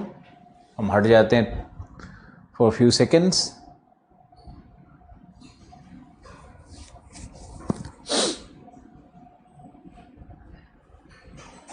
अब हिप्सोग्राफिक कर्व को ड्रॉ करना है। तो हिप्सोग्राफिक कर्व में क्या करना होता है कि जो हाईएस्ट पॉइंट है 8850 मीटर्स, ये पॉइंट क्या है? माउंट एवरेस्ट है ना। ये माउंट एवरेस्ट का पॉइंट हमने ले लिया जो थल का हाईएस्ट पॉइंट है। और अब महासागर की गहराई का जो गहनतम बिंदु है वो क्या है? Challenger deep. तो हम यहां पर चैलेंजर डीप को ले लेते हैं जो 11,000 या मीटर या 11,055 ऐसे कुछ मीटर में है। तो आप चैलेंजर डीप को आप ले लो जो मैरियाना ट्रेंच में है। मैरियाना ट्रेंच में डीप होता है, तो आप यहां आ जाओ। अब इस दोनों बिंदु को हम लोग मिलाएंगे, यही हमारा हिप्सोग्राफिक कर्व होगा। लेकिन हम लोग इस कर्व को कैसे मिलाएंगे? इसमें हम लोग देखेंगे कि परसेंटेज एरिया डिस्ट्रीब्यूशन कैसे है लैंड का और ओशियनिक क्रस्ट का, कॉन्टिनेंट का और ओशियनिक क्रस्ट का। परसेंटेज एरिया डिस्ट्रीब्यूशन कितना प्रतिशत भाग कॉन्टिनेंट है सरफेस का, पृथ्वी के सरफेस का, और कितना प्रतिशत भाग महासागरीय क्रस्ट से बना हुआ है। तो ये पहले हम दिखाएंगे। दूसरा दिखाएंगे कि जो समुद्र तल से ऊपर महाद्वीप का कितना भाग है और समुद्र तल से नीचे महाद्वीप का कितना भाग है। फिर इसमें हम दिखाते हैं कि जो मग्न तट हैं, मग्न ढाल हैं, जो उत्थान है, जो डीप सी प्लेन है, ये कैसे डिस्ट्रीब्यूटेड है और कितने परसेंटेज एरिया को कवर करता है। इन सारी चीजों को एक साथ दिखाना होता है। अब आप देखो हिप्सोग्राफिक कर्व कैसे बनेगा। सामान्य देखो, हिप्सोग्राफिक कर्व बड़ा ही आसान सा है इन द सेंस कि लगभग ये 21% एरिया जो लैंड का है उसको ये शो कर रहा है। 21% लैंड का ये भाग दिखा रहा है कि समुद्र तल से ऊपर है। अब बाकी यहां पे 79% जल का भाग है। तो जब हम अंदर प्रवेश करेंगे तो ये दिखाना शुरू होगा कितने प्रतिशत भाग में मग्न तट है, मग्न तट कितने भाग में है, फिर मग्न ढाल कितने भाग में है, फिर महासागरीय उत्थान कितने भाग में है, उसके बाद डीप सी प्लेन्स कितने भाग में है, और ट्रेंचों की औसत गहराई कहां तक है। तो ये जो पूरा भाग है ये कैसे आपको समझ में आना चाहिए कि ये दिखा रहा है कि महाद्वीप का भाग कितना प्रतिशत है समुद्र तल के ऊपर, पहला फैक्ट दिखाया। फिर दिखा रहा है कि ये मग्न तट है, तो मग्न तट कैसे और कितने प्रतिशत भाग में कितनी गहराई तक ये प्राप्त होता है, मग्न तट को भी दिखाता है। फिर ये दिखाएगा तुम्हारा मग्न ढाल को, तो ये मग्न ढाल है ये ग्राफ के द्वारा। फिर यह उत्थान को, हमारा उत्थान थोड़ा सा ज्यादा विस्तृत बना हुआ है, कोई बात नहीं है, तो उत्थान को दिखाएगा। और ये है आपका एबिसल प्लेन, गहन सागरीय मैदान का भाग, तो ये एबिसल प्लेन को भी दिखा रहा है, यानी महासागर के औसत उच्चावचीय दशा को दिखाता है। ये महासागर के बॉटम कॉन्फ़िगरेशन को दिखाता है। ये महासागर के नीतल के जो प्राथमिक उच्चावच्य हैं उसको दिखाता है। ये उसके एवरेज प्रोफाइल को दिखाता है। ये उसके औसत परिच्छेदिका को दिखाता है। ये कि कितना औसत है वितरण मग्न तट का, कितना औसत वितरण है ढाल का, कितना औसत वितरण है उत्थान का। ये संपूर्ण प्रोफाइल को दिखा रहा है, महासागर के पूरे प्रोफाइल को दिखा रहा है। और क्या दिखाता है, थल का वितरण कितना है, समुद्र तल से ऊपर कितना भाग कॉन्टिनेंट है वो भी दिखा रहा है, कितना भाग ओशियानिक है वो भी दिखा रहा है। आप चाहोगे तो महासागरीय सीमांत यहां तक होता है, तो महासागरीय सीमांत यानी कॉन्टिनेंटल मास कहां तक कितना है वो भी दिखा सकता है। तो इसकी जो उपयोगिता होती है इस ग्राफ की, वो मुख्यतः होती है ओशनोग्राफर्स के लिए होती है, जो समुद्र वैज्ञानिक होते हैं उनके लिए होती है इसकी उपयोगिता। अब आप देखो कि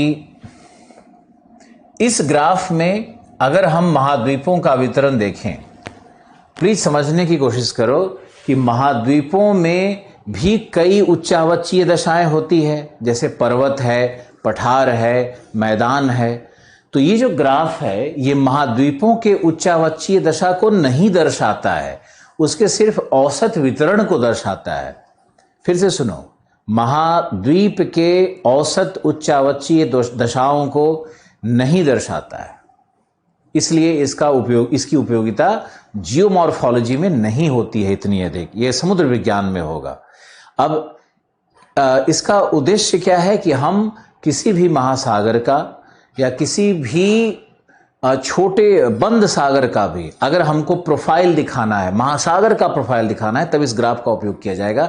और वहां के जो औसत ऊंचाई, जो कॉन्टिनेंट का जो सबसे ऊंचा भाग है, वहां से लेकर के ये ग्राफ लाइन दिखाया जाता है। इससे क्या पता चलता है कि वहां पे पूरे क्रस्ट का प्रोफाइल क्या है ना। इस ग्राफ का उद्देश्य क्या है कि पूरे हम भूपर्पटी के प्रोफाइल को दिखाएं। समुद्र के अंदर कौन सा प्रोफाइल है वो भी दिखा रहा है, समुद्र के ऊपर क्या प्रोफाइल है वो भी दिखा रहा है।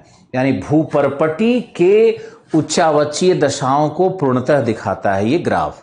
और भूपर्पटी को जो ऊंचाई, नीचाई, गहराई सबको दिखा रहा है, उसमें समुद्र में जाने पर समुद्र तल के नीचे जो नीतल के उच्चावचीय दशाएं हैं उनको तो दर्शाएगा, लेकिन जो भूतल के महाद्वीप के उच्चावचीय दशाएं हैं, जैसे औसत ऊंचाई कितनी है माउंटेन्स का, या औसत ऊंचाई कितनी है पठार का, या औसत वितरण कितना है माउंटेन्स का, प्लेट्यू का, प्लेन का, उसको नहीं दर्शाता है। ऊपर में एक ग्राफ है कि स्मूथ कर्व बन जा रहा है और नीचे आने के बाद उच्चावच दिखाने लगता है, इसलिए इसकी उपयोगिता ओशनोग्राफी में ज्यादा है। अब इसको हम लोग कहते हैं, यही है तुम्हारा हिप्सोग्राफिक कर्व। इसी ग्राफ को अगर हम बहुत स्मूथ बनाने की कोशिश करेंगे तो ये ग्राफ ऐसे बनता है। यही है तुम्हारा हिप्सोग्राफिक कर्व। अब हम इस पॉइंट को ले लें तो ये इधर वाला भाग क्या दिखा रहा है, average profile of the continent. ये average profile of the continent दिखा रहा है, और इसके अगर नीचे आएंगे तो दिखा रहा है average relief of the ocean basin या ओशियन बॉटम। बॉटम ज्यादा अच्छा शब्द है, ओशियन बॉटम। ये नीचे का प्रोफाइल दिखा रहा है। यानी ये एक ग्राफ के द्वारा हम लोग दो वेरिएबल्स को दिखा रहे हैं, एक ग्राफ के द्वारा हम लोग दो चरों को दिखा रहे हैं, दो विशेषताओं को दिखा रहे हैं। तो जब भी कोई एक ग्राफ दो विशेषताओं को दिखाए तब उसको हम लोग कहते हैं डबल स्क्यूड ग्राफ। तो ये जो ग्राफ है ना, ये कहलाता है डबल, आप लोग ऐसे मत लिख देना ग्राफ के ऊपर में, double skewed graph. Double skewed graph है। डबल स्क्यूड मतलब दो विशेषताओं को ये एक साथ दर्शाता है, इसलिए इसको डबल स्क्यूड ग्राफ भी कहते हैं। और ये एक तरह का क्यूमुलेटिव परसेंटेज ग्राफ भी है। क्यूमुलेटिव परसेंटेज ग्राफ भी है क्योंकि दिखा रहा है कि कितना परसेंट एरिया पृथ्वी का कौन कौन सा भाग कैसे ग्रहण कर रहा है। तो ये ग्राफ उसी क्यूमुलेटिव परसेंटेज में ग्रो करने लगती है, संचयी प्रतिशत वितरण को दर्शा रहा है। खैर, ये सब कुछ स्टैटिस्टिक्स का शब्दावली है जिसका प्रयोग करना बहुत जरूरी है नंबर लाने के लिए। तो आपके समझ में अगर आ रहा है तो बहुत अच्छा, नहीं आ रहा है तो दो शब्द रट लो। पहला रट लो डबल स्क्यूड ग्राफ, इसका हिंदी नहीं होता है, आप डबल स्क्यूड लिखो, या द्विचरीय ग्राफ लिखने से क्या फायदा है, तो आप डबल स्क्यूड लिखो। और डबल स्क्यूड में मैंने आपको बताया कि ये दो अलग अलग विशेषताओं को एक साथ दिखाता है, इसलिए डबल स्क्यूड ग्राफ है।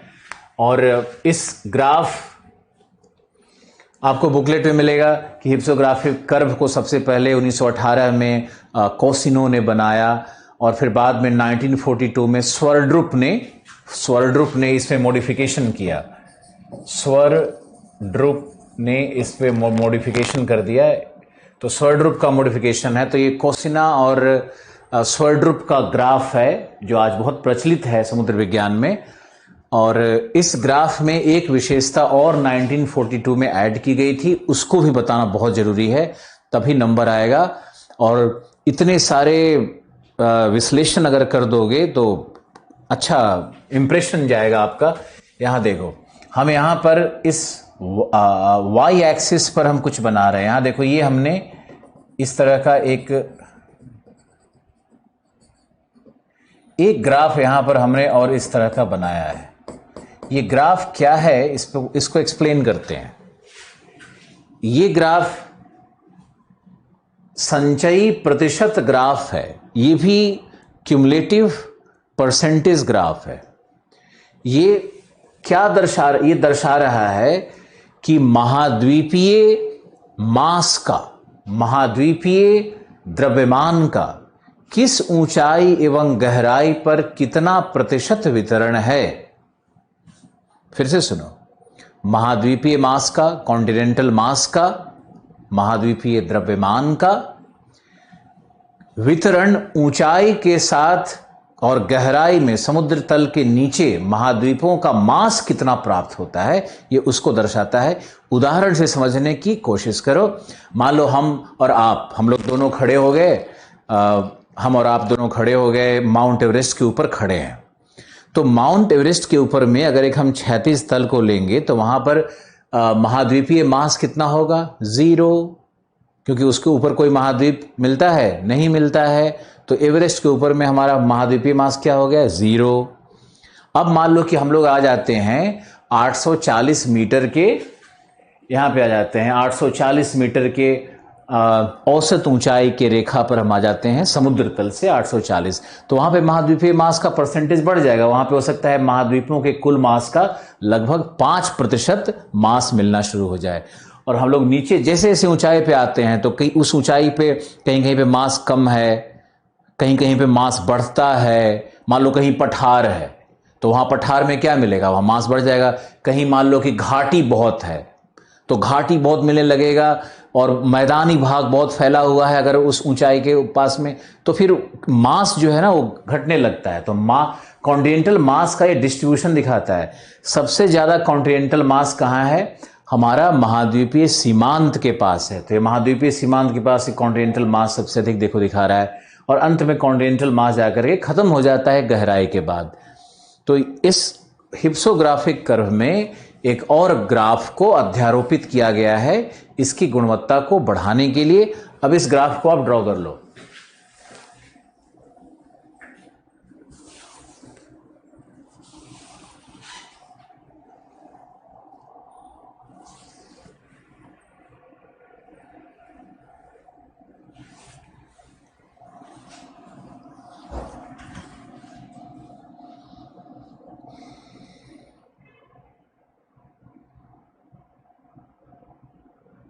इस ग्राफ पे लिखा हुआ शॉर्ट नोट आपको मिलेगा, आप उसकी चिंता मत करना।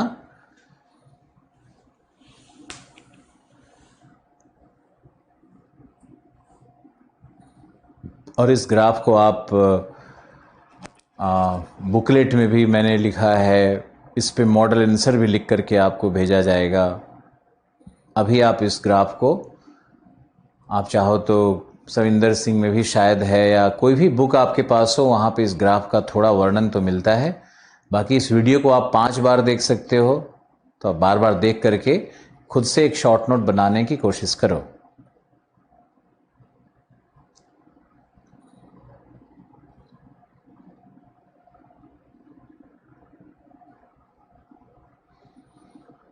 डबल स्क्यूड ग्राफ बिल्कुल इंग्लिश में लिखना है हर्षित। हिंदी से प्रेम करिए, लेकिन आईएएस बनने के लिए आपको थोड़ा इंग्लिश से भी प्रेम करना पड़ेगा।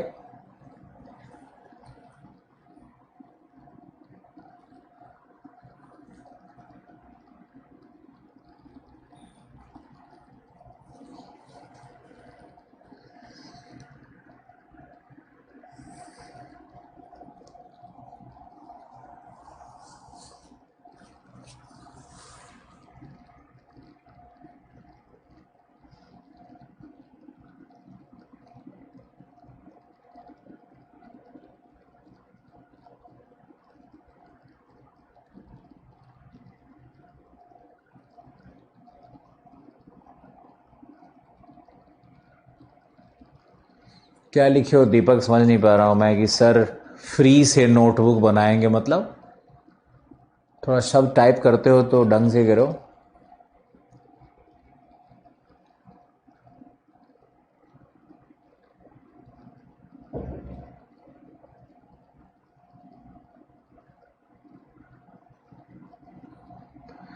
बिल्कुल किरण, सारा जो भी मैंने बताया उस ग्राफ में आपको सब दिखाना होगा, और जितना आप ज़्यादा दिखाओगे उतना उतना अच्छा मार्क्स आएगा। आपको मैंने इस ग्राफ में एक डबल स्क्यूड ग्राफ दिखाया, दूसरा क्यूमुलेटिव परसेंटेज ग्राफ दिखाया। तो अगर हम एफर्ट ले रहे हैं तो आपको भी एफर्ट लेना चाहिए।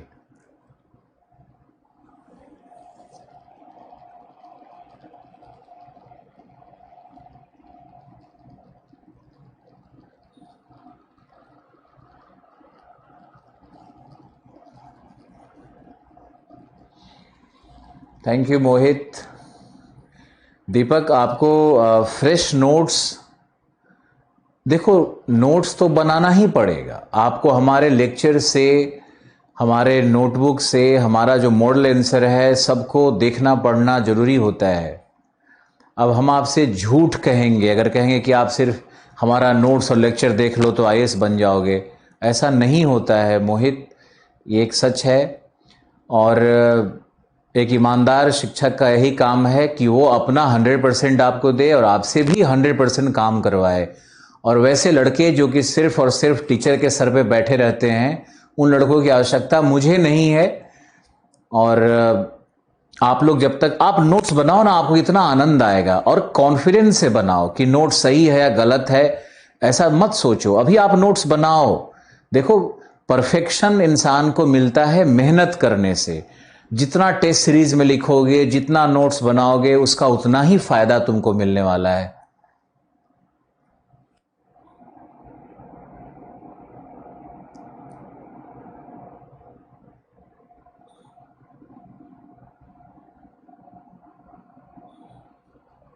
ओके, थैंक यू हर्षित।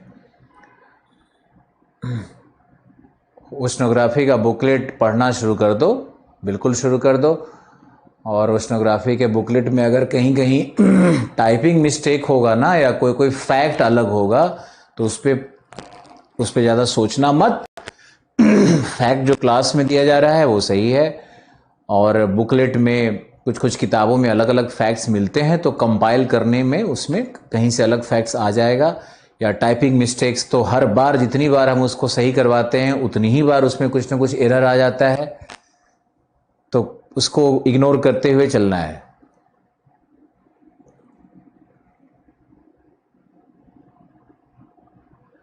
अब मानसी, आप क्या लिखे हो? गार्ड का क्या मतलब है समझ में नहीं आ रहा ना। गयोट लिख रहे थे, क्या लिख रहे थे? टाइपिंग सही करो, घबरा के नहीं करो।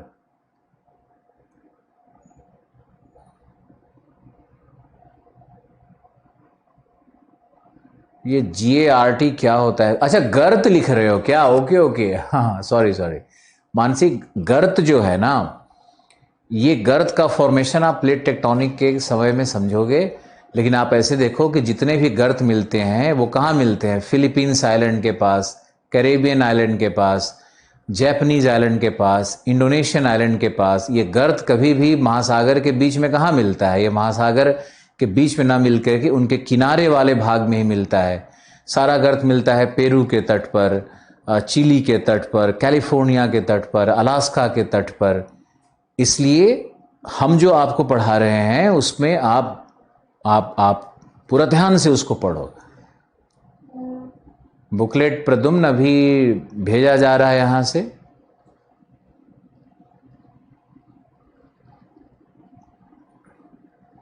हम नोट को हम कितना रिपीट करेंगे? आप 5 बार वीडियो, एक बार वीडियो देखोगे तो आपको नोट तो हम कई बार रिपीट करते रहते हैं।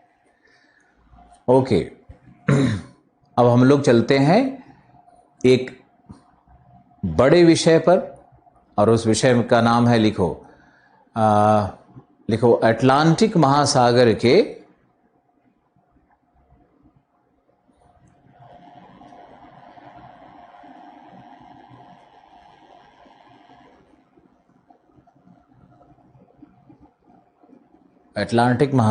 के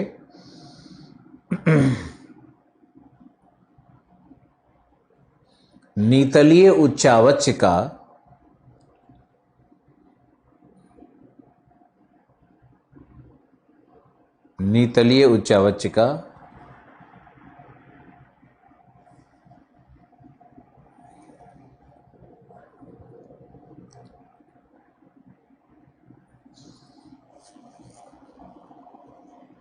वर्णन करें।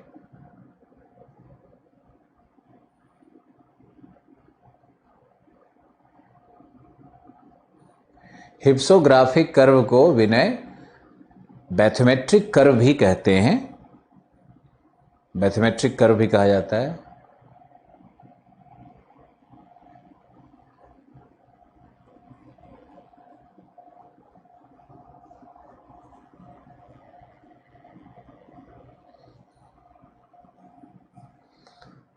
ओके, अब जो प्रश्न मैंने आपको लिखवाया, इस पर एक छोटा सा मॉडल आंसर लिखवाने की कोशिश करते हैं।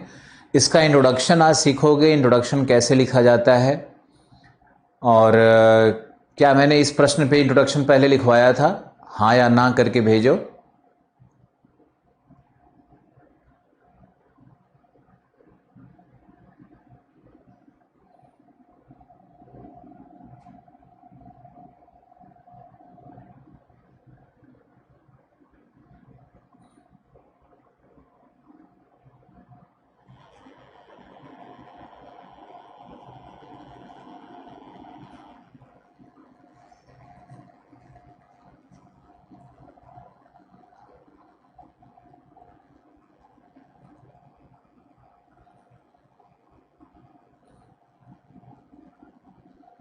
अच्छा, मैंने इसका इंट्रोडक्शन लिखवाया था, तो इंट्रोडक्शन तो आपको एटलांटिक वाला वहीं से लेना है। अब आपको हम बताते हैं कि 2 लाइन लिखो, एटलांटिक के ऊपर में 2 लाइन लिखो। कोई लिख रहा है यस सर, कोई लिख रहा है नो सर। किरण आप लिख रहे हो नो, हिमांशु लिख रहा है हाँ। तो कोई बात नहीं है, आप दोबारा लिखो। हम इस प्रश्न को आज ऐसे लेकर के चलते हैं कि अभी अभी शुरू किया है, पहले की बात भूल जाते हैं, ठीक है। आप लोग लिखना शुरू करो। लिखो, एटलांटिक के नितलीय उच्चावच, कई तरह से इंट्रोडक्शन हो सकता है ना। अटलांटिक के नितलीय उच्चावच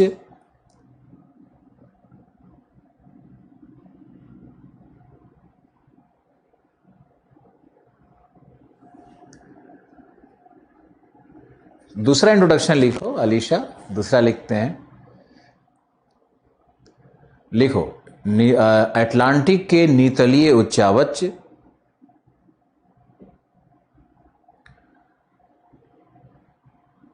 are highly complex matrix of, नितलीय उच्चावच एक जटिल आव्यूह की तरह, एक जटिल आव्यूह की तरह या आव्यूह की भांति, जटिल आव्यूह की भांति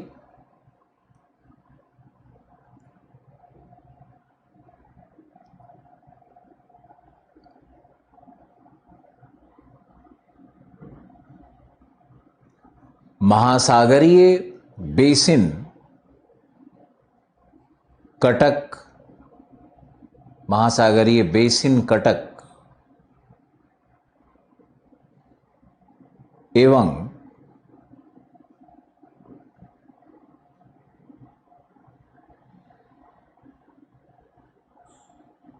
पहाड़ी तथा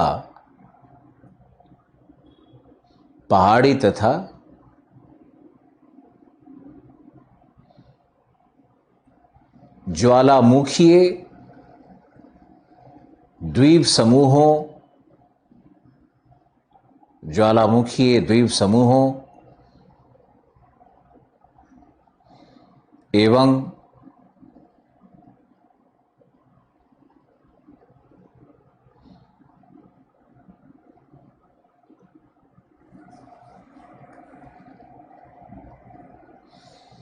पर्वतीय संरचनाओं के रूप में, पर्वतीय संरचनाओं के रूप में विस्तृत हैं,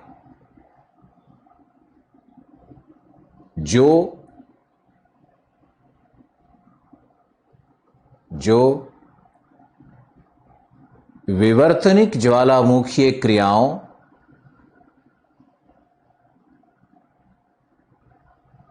तथा जलगतिकीय एवं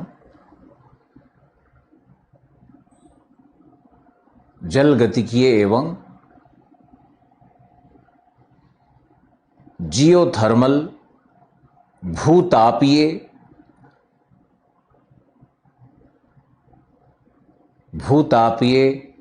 क्रियाओं का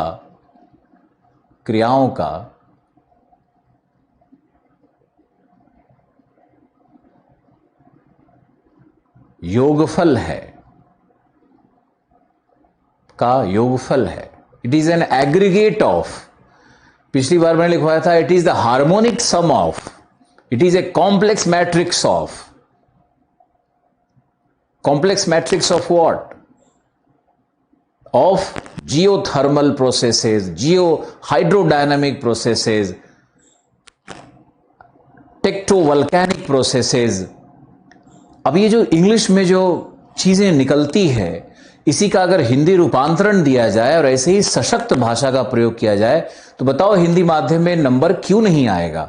लेकिन इसी को अगर आप, अब सारगर्भित भी है, एक पैराग्राफ मैंने आपको लिखाया, पिछली बार कुछ और लिखवाया होगा, इस बार कुछ और लिखवाया है, कई प्रकार से लिखा जा सकता है, लेकिन उसका तुम अर्थ देखोगे तो अर्थ बहुत ही सुंदर और प्रासंगिक नजर आ रहा है।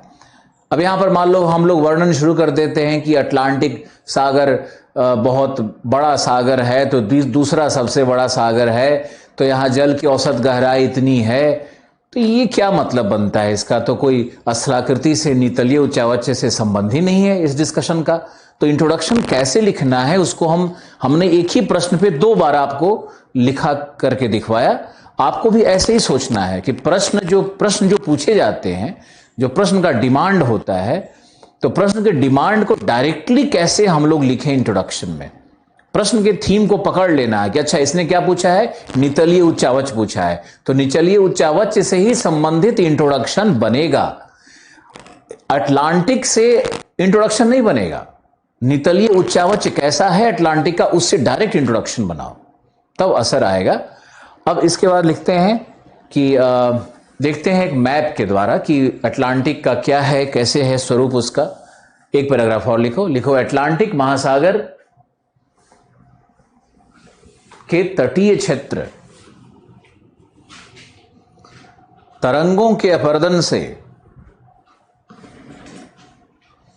दंतानुकुरित हैं।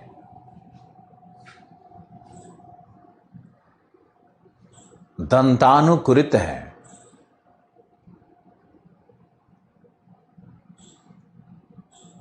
दंतानुकुरित है, इंडेंटेड कोस्ट लाइन है। तो हम लोग जब नीतल के उच्चावच की शुरुआत करते हैं तो देखो हमने कोस्ट लाइन से शुरू किया, अब गर्त तक इसको ले जाएंगे। पूरा वर्णन होगा, संक्षिप्त में ही होगा, सारगर्भित होगा, लेकिन पूरा वर्णन होगा। एग्जामिनर को लगेगा कितना कंप्लीट आंसर लिखता है, एकदम से कंप्लीट मतलब पूर्ण लिखता है कि देखो वहां से शुरू किया वहां तक लेके जा रहा है ये। तो हमने क्या लिखा कि तरंगों के अपर्दन से दंतानुकुरित कोस्ट मिलते हैं। अटलांटिक का कोस्ट सबसे ज्यादा इंडेंटेड है, यानी तरंगों के द्वारा कटा छटा कोस्ट मिलता है। इसीलिए अटलांटिक में फिशिंग भी ज्यादा है, इसीलिए अटलांटिक में नेचुरल बंदरगाह भी बहुत मिलते हैं।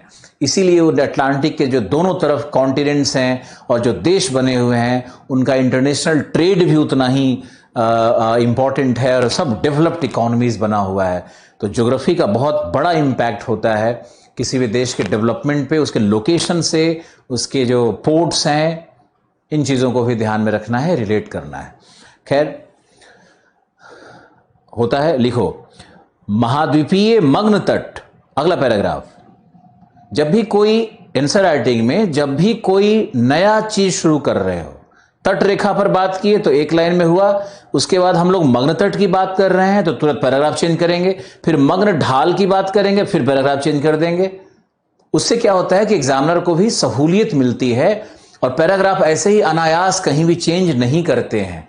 एक बात को कंप्लीट करोगे तब पैराग्राफ चेंज करोगे, और जब भी पैराग्राफ चेंज करने जाओगे तो उसके बाद जो की टर्म होता है, जैसे तट रेखा हमारा की टर्म था, उसके बाद की टर्म अभी क्या है, मग्न तट हमारा की टर्म है, उसके बाद क्या होगा, मग्न ढाल हमारा की टर्म होगा। तो जैसे ही की टर्म आता है तो की टर्म को अंडरलाइन किया जाता है, फिर की टर्म को अंडरलाइन करोगे, उसके बाद उस की टर्म की जो विशेषताएं होती है, जो विलक्षण चीजें आप लिख रहे हो, उसको भी थोड़ा अंडरलाइन कर देना होता है। इतना ही शब्द का अंडरलाइन किया जाता है, ना कि पूरे लाइन को अंडरलाइन किया जाता है, ऐसा कहीं नहीं होता है। आप रूपा मेड सिंपल अच्छी किताब है, उसमें देखो वो जब भी हाईलाइट करेगा तो एक शब्द करेगा, पूरा लाइन कभी अंडरलाइन नहीं करता है। लेकिन हिंदी माध्यम के छात्रों को मैंने देखा है कि पूरा 4 लाइन अंडरलाइन कर दिया। ये क्या करते हो आप, गलत करते हो आप। आपको तो मैंने एग्जाम्पल भी दिया कि आप रूपा मेड सिंपल बुक को देखोगे तो उसमें की टर्म्स को हाईलाइट करता है, ना कि पूरे लाइन को हाईलाइट करता है। तो की टर्म्स को हाईलाइट करने की विधि आप सीखो। इसी तरह से आपको आंसर राइटिंग हम धीरे धीरे करके सिखा देंगे और आप अच्छा लिख पाओगे। इंट्रोडक्शन कैसे लिखा हमने, उसके बाद हम लोग सीधे आंसर पे चले गए, डिमांड ऑफ द क्वेश्चन को देख रहे हैं और डिमांड का स्ट्रक्चरिंग कैसे कर रहे हैं ये आप देख रहे हो। तो दूसरा आप लिखो कि महाद्वीपीय मग्न तट, महाद्वीपीय मग्न तट अंडरलाइन करके,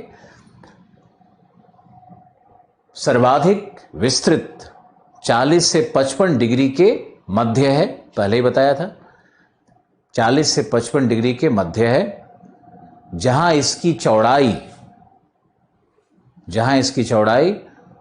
150 से 350 किलोमीटर तक होती है।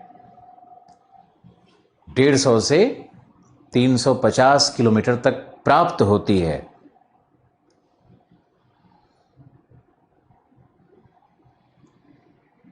प्राप्त होती है।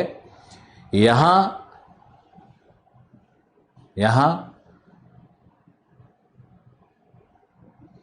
मग्न तट पर द्वितीयक स्थलाकृतियों का विकास हुआ है। द्वितीयक स्थलाकृतियों का विकास हुआ है, जैसे द्वितीयक स्थलाकृतियों का विकास हुआ है। देखो यहां पे हमने प्राइमरी में बताया आपको, अब प्राइमरी में ही द्वितीयक बनता है। तो द्वितीयक स्थलाकृति यहां पर क्या क्या है, लिखो शोल, जैसे शोल, रीफ, बैंक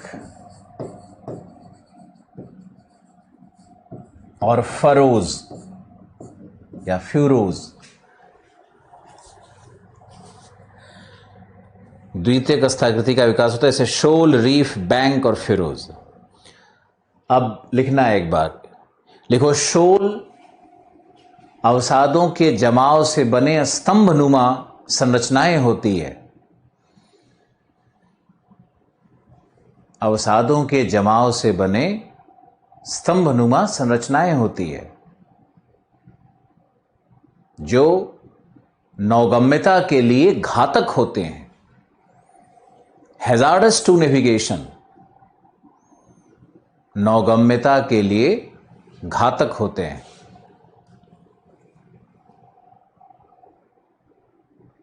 जो नौगम्यता के लिए घातक होते हैं। फिर लिखो बैंक, बैंक मग्न तट के वो छिछले प्रदेश हैं, मग्न तट के वो उथले प्रदेश हैं या छिछले प्रदेश हैं, जहां अवसादीकरण के कारण, अवसादीकरण के कारण गहराई न्यून हो जाती है। गहराई न्यून हो जाती है। कुछ बैंक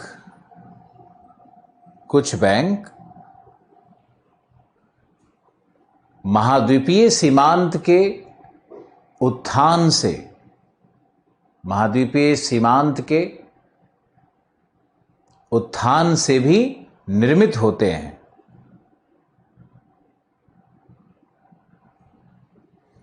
तथा ये प्रमुख मत्स्यन केंद्र होते हैं।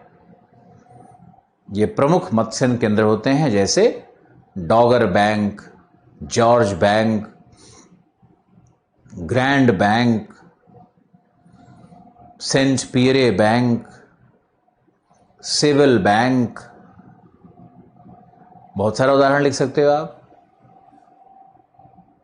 उदाहरण उत्तरी सागर है, उत्तर पूर्वी यूएस है, न्यू फंडलैंड का एरिया है, बताया था मैंने आपको। तो ये शोल, रीफ। अब इसमें लिखो कि एक लाइन और लिखो, रीफ, रीफ प्रवालों के द्वारा निर्मित, प्रवालों के द्वारा निर्मित चूना पत्थर के, चूना पत्थर के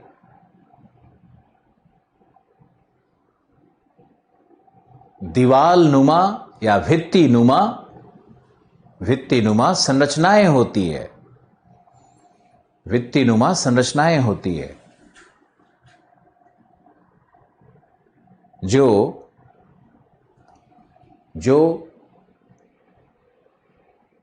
उष्णकटिबंधीय महासागरों में पूर्वी तट पर, उष्णकटिबंधीय महासागरों में पूर्वी तट पर प्राप्त होती हैं। जबकि फ्यूरोज, FURROWS, जबकि फ्यूरोज मग्न तट के कटे छटे, मग्न तट के कटे छटे कंदरा नुमा भाग होते हैं, गर्त नुमा भाग होते हैं, कंदरानुमा भाग होते हैं या गर्तनुमा भाग होते हैं।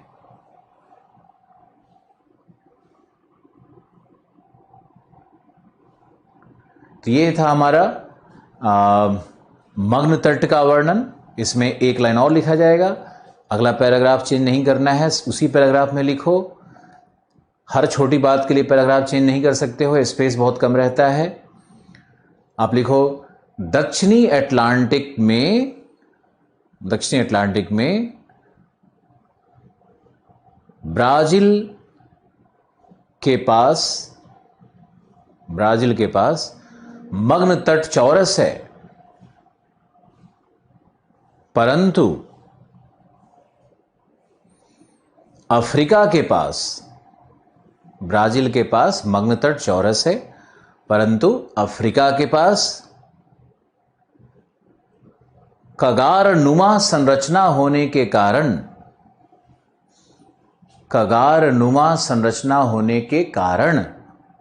अफ्रीका एक पठार है ना, तो अफ्रीका का जो तटीय क्षेत्र है वो कगारनुमा है, तीव्र ढाल का है। कगारनुमा संरचना होने के कारण मग्न तट संकीर्ण मिलते हैं।